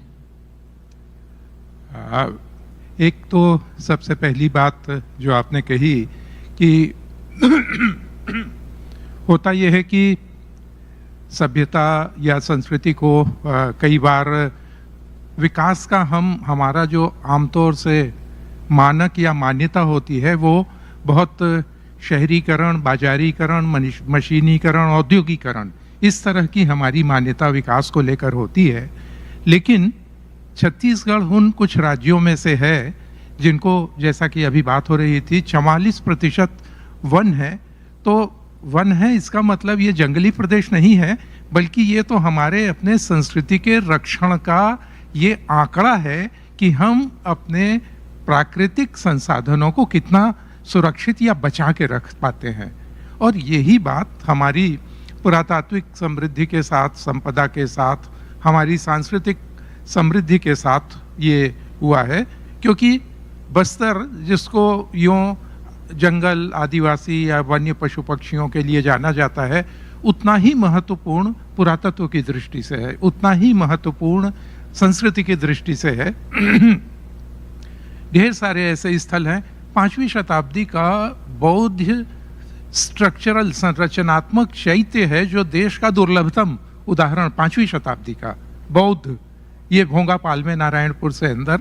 और ऐसे बारसूर स्थान है, दंतेवाड़ा है, गढ़धनोरा है, नारायणपाल है, ऐसे ढेर सारे स्मारक हैं, ढेर सारे स्थल हैं जो इस तरह के हैं। आप जिन्हें आगे लाने की, सामने लाने की, प्रकाश में लाने की बात है, तो मैं ये बहुत जिम्मेदारी से कहना चाहूँगा कि पुरातत्व का क्षेत्र और संस्कृति का क्षेत्र आपको आपकी दृष्टि सीमा का विस्तार करता है। मेरे कहने का आशय ये है कि हम जब पुरातत्व की बात करते हैं तो एक छोटी सी से मैं आपको ये स्पष्ट करना चाहूँगा आप सभी को कि जब हम विकास की बात करते हैं तो विकास की योजना बनाई जाती है, उसका क्रियान्वयन, और क्रियान्वयन के बाद उसका इम्पैक्ट असेसमेंट कि कितने समय में ये कार्य योजना पूरी होगी, इसका लाभ कितने समय में मिलना शुरू होगा। और अगर ये बहुत लॉन्ग टर्म है तो इसके साथ फिर उसका लॉन्ग टर्म होना उसके लिए नेगेटिव माना जाने लगता है। मैं हमेशा ये बात कहता हूँ कि अगर आप किसी 1000 साल पुराने स्मारक के संरक्षण की बात कर रहे हैं तो आपकी दृष्टि 100 साल भविष्य की तो होनी चाहिए। अगर आप उससे तीसरे साल में आप ये मानेंगे कि आपकी योजना का आउटपुट आया कि नहीं, अगर आपको इतनी बेचैनी है, आपका विकास का मॉडल ये है, तो आप मान के चलिए कि आप संस्कृति की रक्षा नहीं कर पा रहे हैं। पुरातत्व की एक जो दृष्टि होती है, समग्रता होती है, वो उसका बहुत एक बढ़िया उदाहरण है। उसके साथ मैं अपनी बात शायद ज़्यादा स्पष्ट कर पाऊंगा कि जो शिखर जी, पारसनाथ जैन साहब यहाँ बैठे हैं, पारसनाथ जो बहुत प्रसिद्ध जैन तीर्थ है, जब उसको पर्यटन स्थल घोषित करने की बात हुई तो पूरे जैन समुदाय ने उसका विरोध किया। कान्हा जो वन क्षेत्र है उसमें जो पर्यटक जाते हैं उनकी संख्या नियंत्रित की जाती है। और ये सब कारण ये होता है कि विकास का मतलब वो अंधाधुंध विकास नहीं होता, सिर्फ आंकड़े नहीं होते, उन संस्कृति की रक्षा, उनका संतुलन होता है। तो दरअसल संस्कृति के विकास में होता यह है कि विकास का कोई भी कार्य है उसमें संस्कृति का कंपोनेंट शामिल हो रहा है कि नहीं, वो हमारी संस्कृति के अनुकूल है कि नहीं। और वो अगर हो रहा है तो मैं मान के चलता हूँ कि वो सबसे आवश्यक होता है। और जैसा अभी बात हो रही थी, माननीय मुख्यमंत्री जी ने कहा कि अपने गौरव की रक्षा करना, अपने गौरव को उभारना, अपनी अस्मिता को, अपने पहचान को रेखांकित करना, और उसके साथ साथ इन सभी पर्वों, उत्सवों को हम मनाते हैं तो हमारा जो आत्मिक विकास होता है, मनुष्यत्व का विकास होता है, वो शायद अंततः सभी विकास का वो सबसे महत्वपूर्ण कारक होता है। और ये जो इस दौरान हो रहा है, और एक तरह से मैं मानता हूँ कि जिसकी शुरुआत हुई है, वो मुझे लगता है कि उसको अधिक गति देने की, सम्मान देने की, महत्व देने की आवश्यकता अभी भी बाकी है, उस पर जोर देना ज़रूरी है। प्रदीप जी, अब हम आपके पास आएंगे। जो आपने कृषि उपज की बात की, और जैसा कि छत्तीसगढ़ में करीब 1/3 आबादी आदिवासियों की है, और आदिवासी ऐसी कौम है जो ज़मीन के मामले में बहुत गरीब उसको कह सकते हैं आप। ज़मीन जिसके पास बहुत कम होती है, और अगर जिसके पास है भी ज़मीन तो उसके पास खेती करने के पैसे नहीं होते हैं, तो उसको उपज हो इसके लिए तो पहले ज़मीन होनी चाहिए, तब वो उपज पैदा करेगा और फिर उसको बेचेगा। तो उसके पास ज़मीन का रकबा बढ़े, इसके लिए क्या किया जा सकता है और क्या हो रहा है? राहुल जी की बात को थोड़ा आगे बढ़ाते हुए एक बात कहना चाहता हूँ। यदि ये 23 साल में पिछला 5 साल निकाला जाए तो ये छत्तीसगढ़ के रिनासा का काल है। ये जो है पुनर्जागरण का काल, जैसे बंगाल में रिनासा हुआ था, देश में रिनासा हुआ था, तो सभी दिशाओं में सभी लोग आगे बढ़े थे, कला में, संस्कृति में, आदिवासी संस्कृति में, कृषि में। तो ये उस समय का इस तरह का काल है ये छत्तीसगढ़ के लिए कम से कम।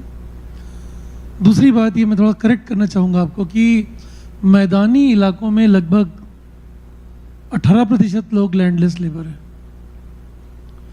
दूसरा, करीब 57% लोग जो हैं वो मार्जिनल और स्मॉल फार्मर्स, जिनकी लैंड होल्डिंग जो है 2 एकड़ से कम है, 2.5 एकड़ से कम है।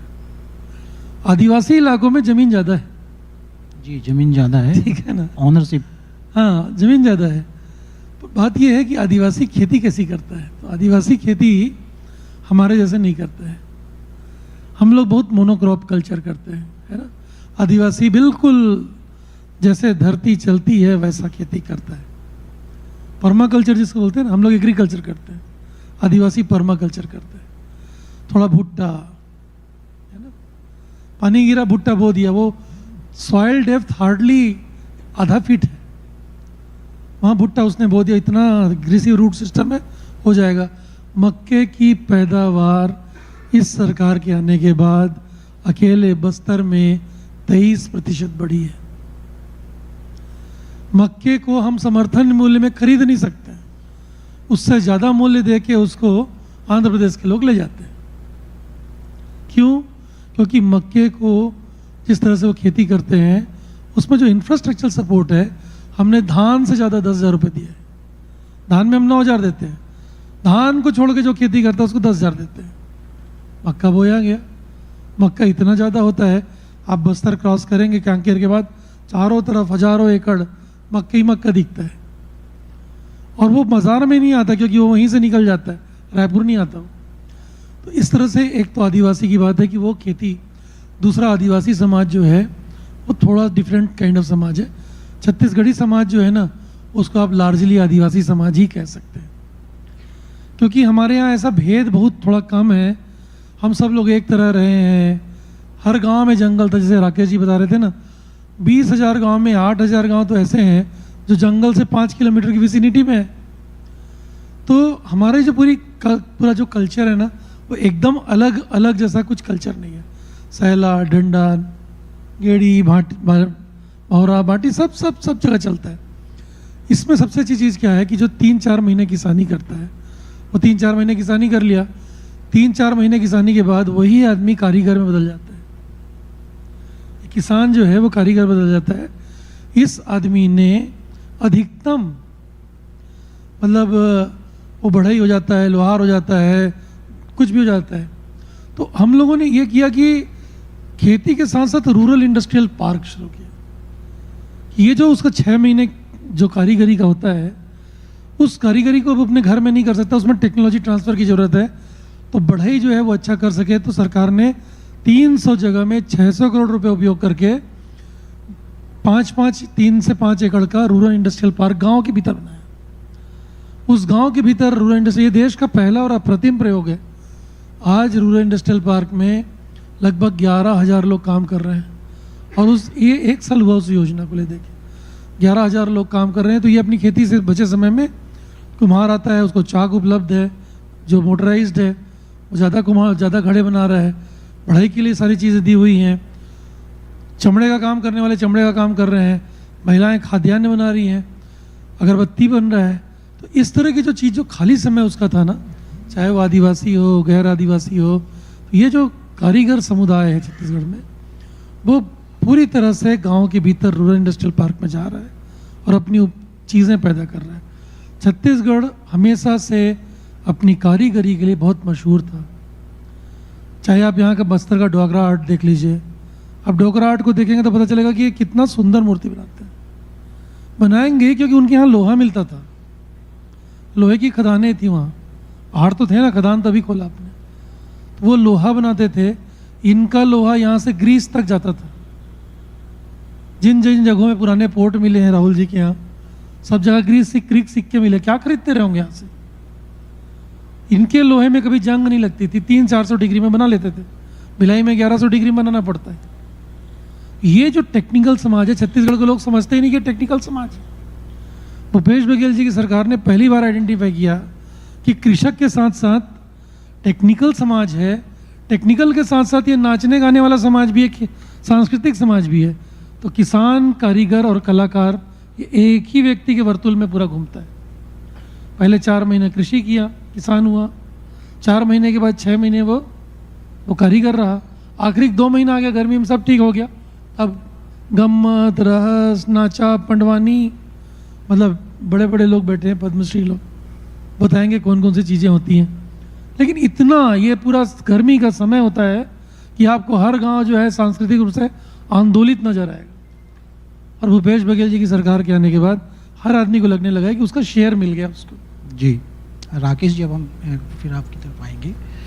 जो वन उपज है, इसको बढ़ाने के साथ साथ वन संपदा का दोहन एक संतुलित तरीके से हो, इसके लिए क्या होना चाहिए? इसके लिए देखिए, इसमें 2 पहलू है जिस पर हमको ध्यान देने की ज़रूरत है। जैसे मैं आंवले का उदाहरण देना चाहूँगा। पहले ये होता था कि ग्रामीण प्रतिद्वंद्विता में कि दूसरे गांव वाला पहले ना खरीद ले, ये सोच करके वो सितंबर अक्टूबर के महीने में आंवला तोड़ लेते थे। उसकी कीमत जो थी वो 8 रुपये 10 रुपये किलो से ज़्यादा नहीं होती थी। यदि उस आंवले को पेड़ पर पकने दिया जाए और उसको यदि दिसंबर जनवरी में तोड़ा जाए तो उसकी वैल्यू मार्केट में 20 से 25 रुपये किलो बढ़ जाती है। तो यहाँ पर जो एक बहुत महत्वपूर्ण आवश्यकता ये थी कि जो वैज्ञानिक विदोहन के लिए, नॉन डिस्ट्रक्टिव एक्सप्लॉयटेशन के लिए जो ग्रामीण हैं उनको प्रशिक्षित किया जाए। पिछले 4 सालों में प्रति वर्ष लगभग 15,000 हम लोगों को प्रशिक्षण का कार्यक्रम राज्य लघु अनुपज संघ के द्वारा प्रारंभ किया गया है, जिसमें हम जो लघु अनुपज संग्राहक हैं उनको यहाँ रायपुर में, जगदलपुर में, अंबिकापुर में उन्हें इस बात का प्रशिक्षण दिया जाता है कि किस तरह से वैज्ञानिक विदोहन किया जाए। दंतेवाड़ा का एक उदाहरण मैं आप लोगों को बताना चाहूँगा कि महुआ, जैसे सामान्यतः महुआ यदि शब्द मैं कहता हूं तो लोगों के मस्तिष्क में एक ही चीज़ आती है, महुआ से शराब बनती है। आप लोगों को ये जान करके आश्चर्य होगा कि विगत 4 वर्षों में हम लोगों ने महुआ से कम 11 प्रोडक्ट बना रहे हैं। महुआ से निर्मित सैनिटाइज़र का तो आपने कोविड के कार्यकाल में सुना होगा। जशपुर के उस महिला स्व सहायता समूह ने पिछले 3 साल में 1 करोड़ से ऊपर का टर्नओवर प्राप्त किया है। महुआ का अचार बन रहा है, महुआ का लड्डू बन रहा है, महुआ से कुकीज़ बन रही है, महुआ से शरबत बन रही है। अब इस महुआ को जब वो पेड़ से ज़मीन पर गिरता है और उसके बाद यदि आप उसको कलेक्ट करते हैं तो उसकी वैल्यू में और ज़मीन पर गिरने से पहले यदि उसको कलेक्ट कर लिया जाए तो उसकी वैल्यू में ज़मीन आसमान का अंतर होता है। जो महुआ पेड़ से टपक करके ज़मीन पर गिरता है वो 35 रुपये 40 रुपये किलो उसका रेट है, लेकिन उसी को अभी हमने दंतेवाड़ा में पिछले वर्ष ये प्रयोग किया था कि हम महुआ के पेड़ों के नीचे हमने नेट लगाया था और हमने उसको नेट पे कलेक्ट किया ज़मीन पर गिरने के पहले, जिसको हम फूड क्वालिटी महुआ कहते हैं। वो 250 रुपये किलो में इंग्लैंड की एक कंपनी ने लिकर बनाने के लिए MOU साइन किया और उन्होंने खरीदा है उसको। तो ये जो एक उसके लघु अनुपज के साइंटिफिक संग्रहण प्लस नॉन डिस्ट्रक्टिव हार्वेस्टिंग, कि हमारा उद्देश्य ये है कि लघु अनुपज यदि ग्रामीणों की अर्थव्यवस्था में उनके आय का एक प्रमुख स्रोत है तो उसकी निरंतरता को बनाए रखना भी आवश्यक है। और इसीलिए राज्य सरकार के वन विभाग ने इन लघु अनुपज के संग्रहण, संवर्धन और विकास, इन तीनों के लिए एक समन्वित योजना बनाई है जी, कि जहां जहां ये लघु अनुपज है उनको हम किस तरह से रिप्लेनिश करें जी, ये इस पर भी सरकार काम कर रही है।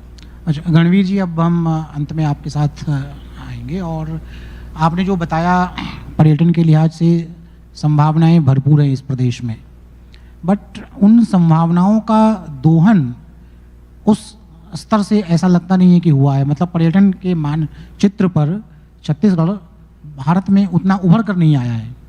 तो आपको क्या लगता है कि इस मोर्चे पर कहाँ पर कमी रह रही है और उस कमी को दूर कैसे किया जा सकता है?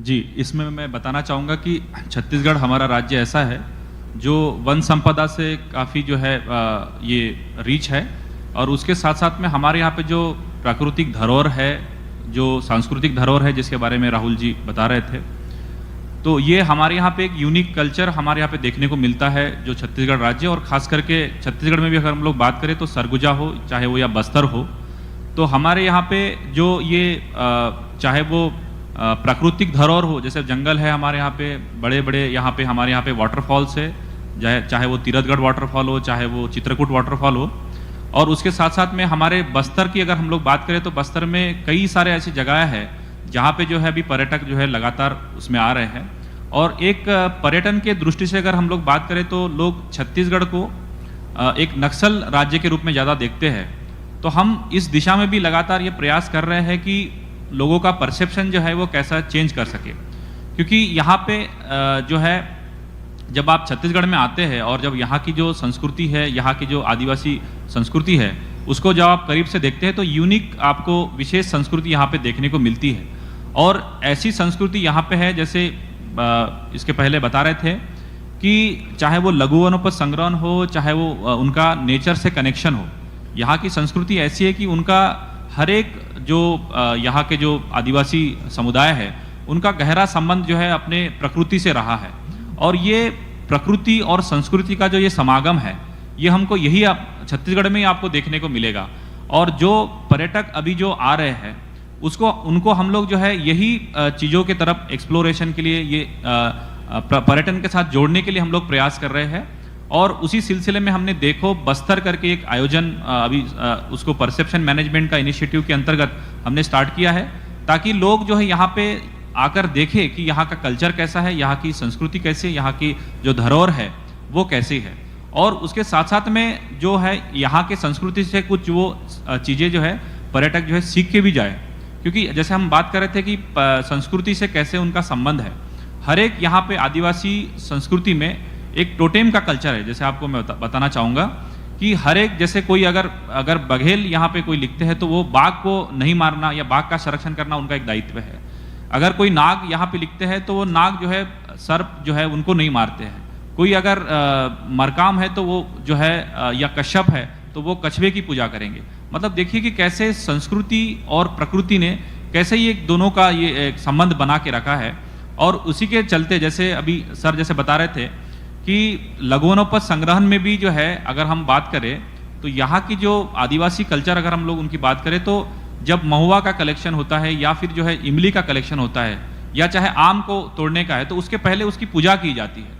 मतलब कोई भी ऐसा वृक्ष नहीं है जिसकी यहाँ पे पूजा नहीं की जाती है। और जो विनाश विहीन विधोहन जिसकी हम लोग बात कर रहे थे, सर बात कर रहे थे कि नॉन डिस्ट्रक्टिव हार्वेस्टिंग, मतलब उस पेड़ को नुकसान भी ना हो, तो उसके लिए लोग पहले जब तक वो मैच्योर नहीं होगा तब तक वो उसको फल को वो उसका संग्रहण नहीं करते। तो ये पुरानी ये संविधा, ये पुरानी संस्कृति रही है और इसी संस्कृति को हमको उससे सीखने की जरूरत है। बीच में जो जिस प्रकार से बिचौलिया लोगों ने इनको जो है ये बीच में जो इनका इन्वायरमेंट मतलब जो है वहाँ पे थोड़ा दूषित करने का प्रयास किया, लेकिन अभी शासन की जो अभी हम लोग लगातार प्रयास कर रहे हैं कि लोगों को उनकी संस्कृति के बारे में ही बताकर हम लोग जो है कैसे विनाश विहीन विधोहन कैसे कर सकते हैं और संस्कृति को बचाते हुए भी हम लोग जो है इनको जो है कैसे पर्यटन के साथ भी जोड़ सकते हैं। यहाँ की जो जैसे सर बता रहे थे कि यहाँ पे जो मिलेट्स है, हमारे बस्तर में मिलेट्स के लिए काफ़ी जाना जाता है। तो एग्रीकल्चर टूरिज्म हो, चाहे वो नेचुरल टूरिज्म हो या चाहे वो कल्चरल टूरिज्म हो, यहाँ पे संभावना इतनी है कि मतलब यहाँ की जो इकोनॉमी है वो टूरिज्म बेस्ड इकोनॉमी की तरफ भी हम लोग जा सकते हैं और उसके लिए हम लोग लगातार प्रयास भी कर रहे हैं। केवल लोग जो है छत्तीसगढ़ के अलावा लोग शिमला, मनाली या राजस्थान ऐसे राज्यों में जाते हैं जहाँ पे टूरिज्म बेस्ड ही इकोनॉमी है मेनली। लेकिन हमारे छत्तीसगढ़ को भी उस दिशा में ले जाने के लिए भी हम लोग अभी अग्रसर है और माननीय मुख्यमंत्री जी और शासन की ओर से भी जो योजनाएं चलाई जा रही है टूरिज्म को प्रमोट करने के लिए, उसके लिए हम लोग प्रतिबद्ध है। और यहाँ की जो संस्कृति है, यहाँ की जो धरोहर है, उसको बचाते हुए हम लोग प्रयास कर रहे हैं कि टूरिज्म को बढ़ावा मिले। और इसी दिशा में हम लोग बस्तर में होम स्टे का कल्चर अभी डेवलप हो रहा है, जहाँ पे पर्यटक लोग आकर यहाँ पे आदिवासी संस्कृति के साथ में अपने करीब होते हुए, मतलब संस्कृति को आप करीब से देख सके, इसके लिए भी प्रयास लगातार किए जा रहे हैं जी। और हम लोग जो है इसमें प्रतिबद्ध हैं। जी, तो जमीन और जंगल को जोड़ते हुए किस तरह से आदिवासी समुदाय की, और जैसा कि प्रदीप जी ने कहा कि पूरा छत्तीसगढ़ समाज एक तरह से आदिवासी समाज ही है, तो पूरे छत्तीसगढ़ की विकास यात्रा को एक गति दी जा सकती है, और उस यात्रा को गति देने में जो चुनौती है, उन चुनौतियों के बारे में भी हमने जाना, और शायद छत्तीसगढ़ की सरकार उन चुनौतियों पर काम करे और छत्तीसगढ़ की जनता को विकास की ओर ले जाए। आप सभी का बहुत बहुत धन्यवाद। हमारी अगली सत्र पर चर्चा का विषय होने वाला है शिक्षा एवं रोजगार विजन 2030। सर, विजन 2030 की बात कर रहे हैं हम लोग, और विजन 2030 में छत्तीसगढ़ जिस हिसाब से अभी चल रहा है, ऐसा लग रहा है कि जो अनएम्प्लॉयमेंट दर है इंडिया में जो चल रहा है, उसमें छत्तीसगढ़ एक अलग छवि लेके उभरा है कि यहाँ अनएम्प्लॉयमेंट सबसे कम है। हाँ, लेकिन इसमें कुछ विसंगति ये दिखती है कि अगर हम ग्रॉस एनरोलमेंट रेशियो या फिर शिक्षा का स्तर, उसमें हम कहीं पीछे दिखते हैं, लेकिन अनएम्प्लॉयमेंट में कहीं आगे दिखते हैं। तो ये विसंगति कहाँ से आ रही है? ये विसंगति जो है, हमारे यहाँ जो बेसिक सिस्टम है स्वरोजगार का और एग्रीकल्चर बेस जो स्वरोजगार, और तो इसके जो इनफॉर्मल सेक्टर्स हैं, वहाँ पे हमारे पास इतना अच्छा इंफ्रास्ट्रक्चर है, चाहे वो व्यापार हो चाहे कृषि का क्षेत्र हो। इसमें स्वरोजगार के कारण मुझे ऐसा लगता है कि एम्प्लॉयमेंट की बात आती है तो सबसे ज़्यादा एम्प्लॉयमेंट मिलता है। और दूसरा जो अभी पिछले 3-4 सालों में जहाँ तक शिक्षा का सवाल है, काफ़ी बड़ी संख्या में रिक्रूटमेंट हमारे यहाँ हो रहे हैं, चाहे स्कूल एजुकेशन हो, चाहे हायर एजुकेशन हो, टेक्निकल एजुकेशन हो। तो ऐसा लगता ज़रूर है कि एम्प्लॉयमेंट अनएम्प्लॉयमेंट हमारे यहाँ सबसे कम है, लेकिन आप ये दोनों चीज़ों को मिलाएंगे तो इसका बराबर एक पिक्चर क्लियर हो जाता है। ओके, जैन साहब, एक अभी जो इंटरव्यू हुआ मुख्यमंत्री जी का, उसमें एक बात निकल के आ रही है कि नेशनल लॉ यूनिवर्सिटी और आईआईटी और ट्रिपल आईटी ये सब रायपुर भिलाई में ही स्थित है, लेकिन मुख्यमंत्री जी का ये कहना कुछ अलग ही तरीके की सोच है कि हम क्यों ना गांव-गांव में इंग्लिश मीडियम कॉलेजेस स्कूल्स पहुंचाएं, ना कि एक जगह केंद्रित रखें ताकि लोग भागकर या पलायन करके गांवों से शहर में आ जाएं। क्या ये सोच आपको लगता है इक्विटेबल डिस्ट्रीब्यूशन ला सकती है? देखिए, अब इतिहास देखें तो हमेशा जो नगरीकरण है उसकी आलोचना इसी बात को लेकर के होती आई है कि हम गांव में वो सुविधाएं नहीं दे पाए, जिसके कारण लोग नगरों की तरफ आकर्षित हुए और हमारे गांव उसके कारण ख़राब हुए और नगर जो है और बद से बदतर स्थिति में आ गए, क्योंकि वो उतनी उनके पास कैपेसिटी नहीं थी कि उतना लोड वो बियर कर सके उनका। अगर आप दुनिया का विकास के जो देश हैं उसमें देखें तो आप ये पाएंगे कि निश्चित तौर पर उन देशों का ज़्यादा अच्छा सुव्यवस्थित विकास हुआ है और अच्छा डेवलपमेंट हुआ है, जिन्होंने अपने ग्रामों की तरफ ज़्यादा ध्यान दिया है, ग्रास रूट लेवल की तरफ ज़्यादा ध्यान दिया है। और निश्चित तौर पर अगर आपको सारी सुविधाएं आपके ग्राम में ही मिल जाएंगी, आपके गांव में ही मिल जाएंगी, तो लोग शहर की तरफ क्यों भागेंगे? और आप जैसे आप समझते हैं कि शहरों में जाने से न सिर्फ वो अपने लिए बल्कि दूसरों के लिए भी एक समस्या का कारण बनते हैं। तो मेरे ख्याल से बहुत ही सही है और उससे इक्विटेबल डिस्ट्रीब्यूशन होगा और आपकी प्रतिभाएं जो बहुत से कारणों से शहरों तक नहीं पहुंच पाती हैं, उन प्रतिभाओं को भी अपना साबित करने का या उनको एक अवसर मिलेगा, जिसके कारण वो अच्छे तरीके से, बेहतर तरीके से सामने लोगों के सामने आएंगे और अपना जो लक्ष्य है उसको पूरा कर पाएंगे। वर्मा साहब, छत्तीसगढ़ में इंडस्ट्रियल पॉलिसी का जिक्र हुआ अभी कि एक बेहतरीन इंडस्ट्रियल पॉलिसी बन के आई है, मगर ऐसा लगता है कि रुझान टेक्निकल एजुकेशन की तरफ कम हो रहा है। तो क्या लोकल स्किल को जो रोजगार मिलना चाहिए इस इंडस्ट्रियलाइजेशन की वजह से, वो कहीं हम चूक रहे हैं क्योंकि हमारा इंटरेस्ट कम हो रहा है? जहाँ तक टेक्निकल एजुकेशन में इंजीनियरिंग का प्रश्न है, तो पिछले कई सालों से न सिर्फ छत्तीसगढ़ बल्कि पूरे देश में रुझान कम हुआ था।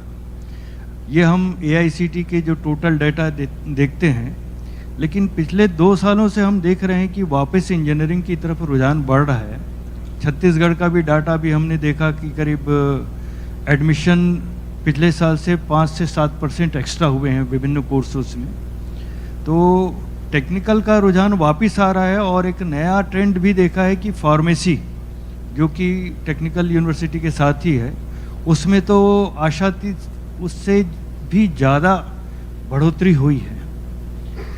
लेकिन इंडस्ट्रियल पॉलिसी और जहाँ तक के आपने बोला कि लोकल स्किल की बात है, लोकल स्किल के लिए जो NSQF की तरफ से, गवर्नमेंट की तरफ से ट्रेनिंग का जो प्रोग्राम चल रहा है अलग अलग, तो ये देहात, कस्बे और सभी अक्रॉस द छत्तीसगढ़ वो कवर कर रहे हैं। लेकिन इंडस्ट्री को जो स्किल चाहिए वहाँ पे थोड़ा सा गैप होता है, क्योंकि इंडस्ट्री के स्किल स्पेसिफिक नीडेड रहती है, किस टाइप की इंडस्ट्री है और किस टाइप का क्या है, उसकी रिक्वायरमेंट क्या है। लेकिन ये आमतौर पर देखा गया है कि जैसी भी इंडस्ट्री आती है, शुरुआत के कुछ ट्रांजिशन और गेस्टेशन पीरियड होता है, इस दौरान कौन सी स्किल की ज़रूरत है वो सारा का सारा सिस्टम वो हम लोग वापस प्रोड्यूस करते हैं। 1-2 साल के शेकी और ट्रांजिशन गेस्टेशन पीरियड के बाद वो पिकअप कर लेती है। जो जैन साहब ने कहा था कि equitable distribution across the state, वो हम क्यों टेक्निकल एजुकेशन में लागू नहीं कर पा रहे हैं कि ऊपर के 4-5 कॉलेजेस में भरपूर एडमिशन होता है और उसके बाद के कॉलेज खाली रह जाते हैं? तो ये कैसा इक्विटेबल डिस्ट्रीब्यूशन हुआ? अब ये फिजिकली हम बोलें दो एस्पेक्ट हैं, फिजिकली और उसका क्वालिटी की बात करें। फिजिकली तो हमारे पास लगभग सभी शहरों में cross the Chhattisgarh technical institutes हैं, चाहे पॉलिटेक्निक हो, इंजीनियरिंग हो, फार्मेसी हो। लेकिन जहाँ तक के सर्वाइवल की बात आती है तो वो क्वालिटी पे जो इनका परफॉर्मेंस है उसके ऊपर डिपेंड करता है। तो जो इंस्टीट्यूट्स परफॉर्म कर रहे हैं वहाँ पे उनकी डिमांड है, इंडिपेंडेंट ऑफ सिटीज़। तो ये हमने देखा है कि जो क्वालिटी मेंटेन नहीं कर पाते हैं, they are not in the demand.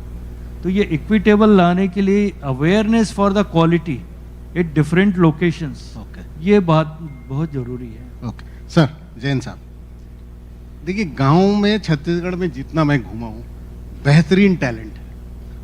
मैं एक उदाहरण देना चाहता हूँ और ये अभी का है। एक रोज एक बच्चा आया कि मैं सुसाइड करना चाहता हूँ, तो उसकी बहन लेके आई, चलते हैं जवाहर सर से मिल के आते हैं। और वो दोनों मिलने आए। वो बहुत ही दबंग लड़की थी और दोनों मोटरसाइकिल में आए। ताज्जुब की बात यह है कि दोनों को दिखता नहीं है, दे वर बोथ ब्लाइंड स्टूडेंट्स, और मोटरसाइकिल में दिन दहाड़े मेरे पास चले गए। और बहन बोलती है ये भाई मेरा जो है वो सुसाइड करना चाहता है, ज़िंदगी से हार गया, CA नहीं हो पा रहा है उससे, और मेरे मम्मी पापा परेशान है कि तू नौकरी में कमा क्यों नहीं रहा है। तो वो बच्चे ने मेरे से बात बोला यार तू गलत कर रहा है, शायद तू CA के लायक नहीं है, कैट देना चाहिए। 9 महीने बाद, और मैंने उसको एक कोचिंग इंस्टीट्यूट भेजा कि भाई फीस नहीं ले इससे, ये बच्चे को तुम पढ़ा दो, मुझे लगता है इसमें एप्टीट्यूड है। 9 महीने बाद एक दिन एक बच्चा फ़ोन करता है, मैं आपसे मिलना चाहता हूँ। शाम के 5:30 बजे वो फिर से मोटरसाइकिल में अपनी बहन के साथ आ जाता है और बोलता है कि सर मेरा कैट में हो गया, IIM अहमदाबाद मिल गया मुझे 90। अच्छा, अंधा बच्चा है। हाँ, और मैंने बोला अब क्या करें? बोले 24 लाख रुपए फीस है सर। मैं बोला लोन मिल जाएगा तेरे को, फिर भी एक कोशिश करते हैं। तो हमने उस दिन लकीली CM साहब को फ़ोन किया और CM साहब मिल गए, बोले जल्दी से भेजिए, आधे घंटे के अंदर भेजिए। वो लड़का CM साहब के पास गया, 24 लाख रुपए का इंतजाम CM साहब ने वहीं किया। और इतना ही नहीं, उन्होंने ट्वीट किया कि ये बच्चे का मोहित करके नाम है, इसका IIM में हुआ है, हाँ, गवर्नमेंट उनको प्रोत्साहन राशि की तरह 24 करोड़ रुपए देते हैं। मेरा कहना है वो लड़का सही समय पर सही जगह पहुंच गया, इस वजह से वो पहुंच पाया। इक्विटेबल डिस्ट्रीब्यूशन का मतलब है क्या हम ऐसे टैलेंट को गांव से निकालकर उनको ऐसे अपॉर्चुनिटीज दे सके जिससे कि वो पनप सके, तो छत्तीसगढ़ बेहतर होगा। मेरा जो सवाल है वो ये है कि नेशनल एजुकेशन पॉलिसी ने ये कहा है कि इन बच्चों को स्किल्स ऐसे दें कि इनका टैलेंट उभर के आ सके, और इसका प्रावधान नेशनल एजुकेशन पॉलिसी में 6th स्टैंडर्ड से।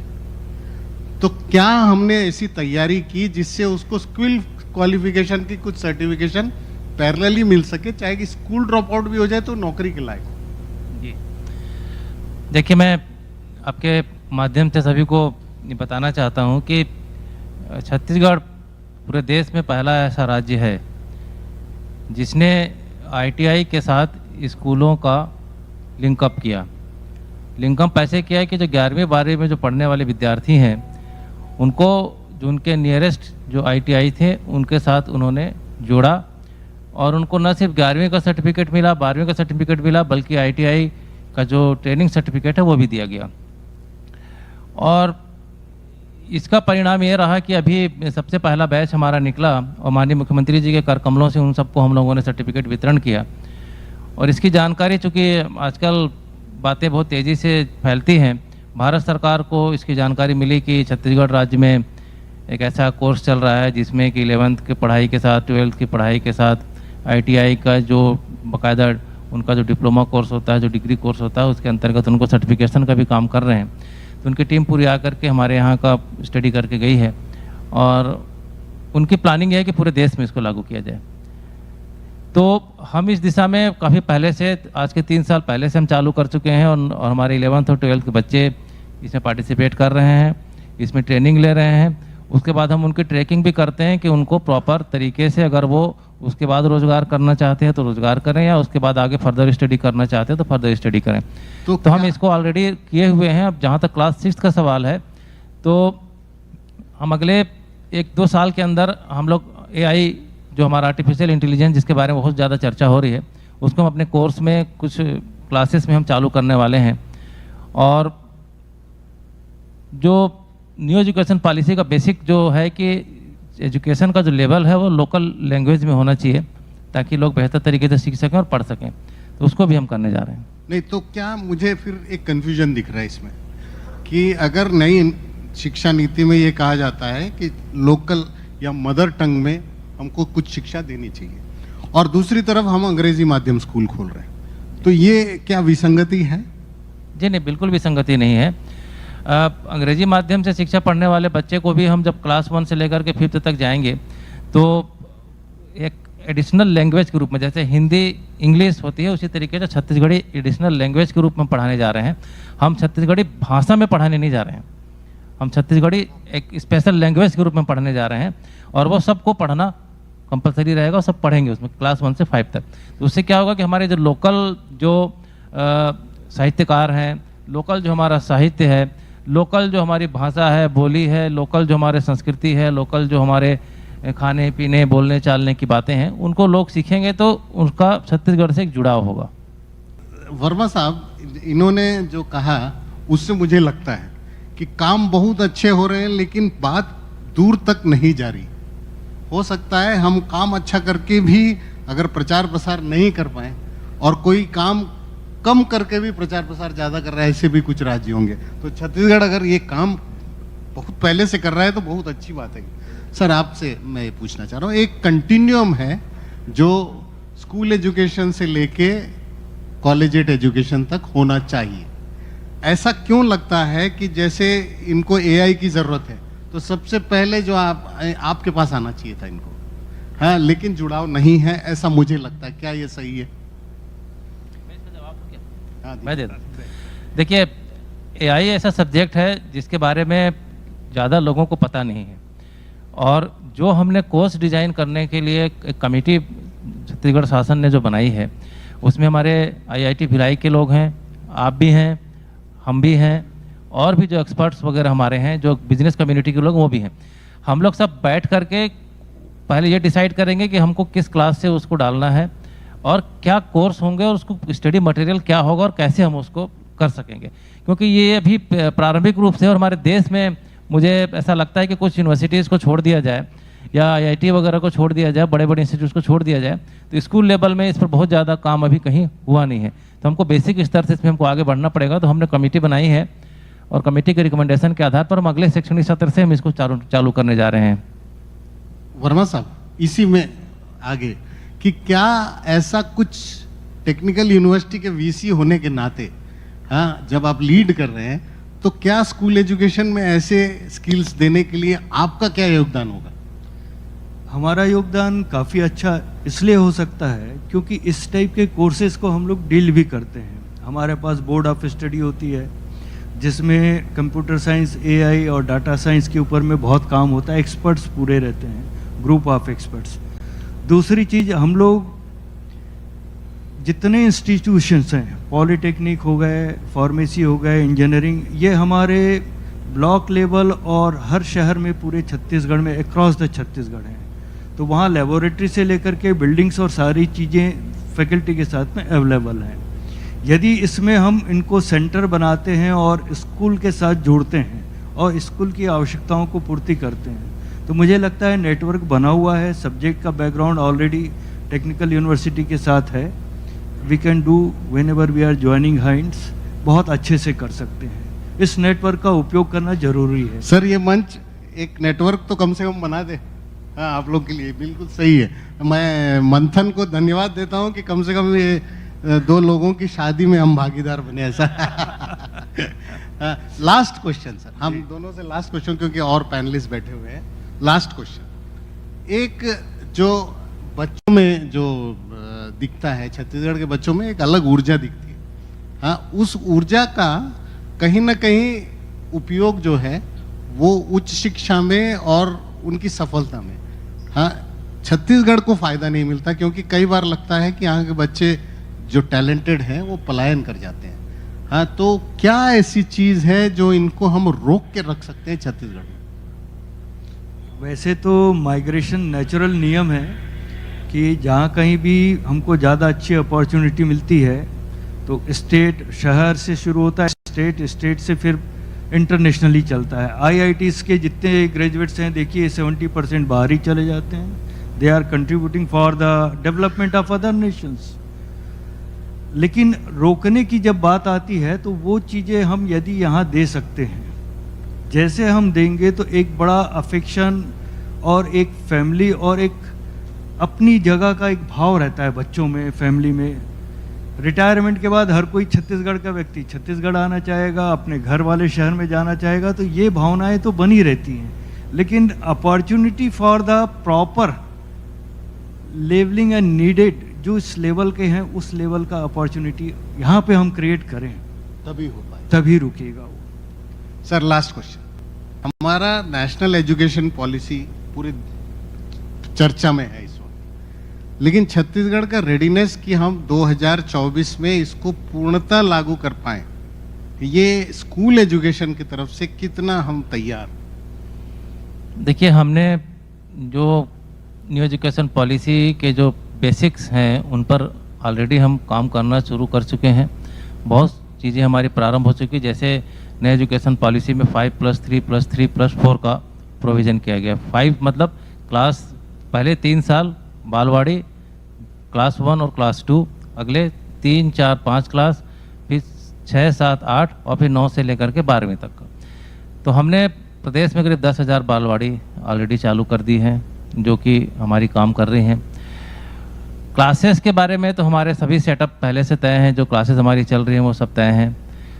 रीजनल लोकल लैंग्वेज को प्रमोट करने की बात नए एजुकेशन पॉलिसी में कही गई है, जिसके बारे में माननीय मुख्यमंत्री जी की घोषणा है ही कि क्लास 1 से लेकर के 5 तक जो छत्तीसगढ़ी बहुल में बोले जाने वाले जो क्षेत्र हैं वहाँ पर हम छत्तीसगढ़ी लैंग्वेज को एक भाषा के रूप में हम अपने पाठ्यक्रम में जोड़ने जा रहे हैं। जहाँ तक तकनीकी शिक्षा का सवाल है, जो रोजगारोन्मुखी शिक्षा देने की बात कही गई है इसमें, तो मैंने आपको कहा कि हमारे यहाँ ऑलरेडी 10, 11वीं 12वीं में हमने पहले से जब भी पॉलिसी नहीं आई थी, हमने 3 साल पहले से इसमें काम करना चालू किया था और उसमें हम काफ़ी आगे निकल गए हैं।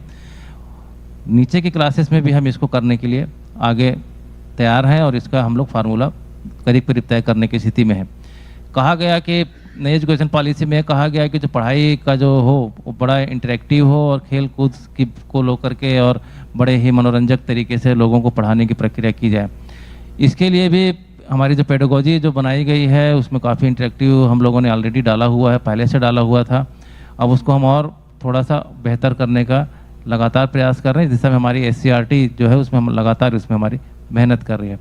तो आप ये मान कर चलें कि छत्तीसगढ़ में जो नई एजुकेशन पॉलिसी भारत सरकार की है उसको लागू करने के लिए हम आगे आ चुके हैं, और जो चीज़ें कमी रही हैं जो हमको करना है 2024 तक, और निश्चित तौर पर समय पर पूरी होंगी। और शिक्षा का जो स्तर है वो छत्तीसगढ़ राज्य का आप असर का सर्वे देखें तो सालों साल धीरे धीरे बेहतर दिशा की ओर बढ़ रहा है। और चूँकि पॉजिटिव साइन हमको मिलने लगे हैं तो निश्चित तौर पर आने वाले समय में वो जो पॉजिटिवनेस है उसका इफेक्टिव जो है कम्युलेटिव इफेक्ट जो दिखेगा। बढ़िया, बहुत सुंदर नोट पर मैं पॉजिटिवली एंड करना चाह रहा हूँ। मैं मैसेज देख रहा था अभी, वो दोनों बच्चों ने मुख्यमंत्री जी को इस मंच से धन्यवाद कहा है, जिन्होंने जो IIM अहमदाबाद ज्वाइन किया वो बच्चा, और एक बहना वो लड़की जो है बनारस हिंदू यूनिवर्सिटी में BEd कर रही है।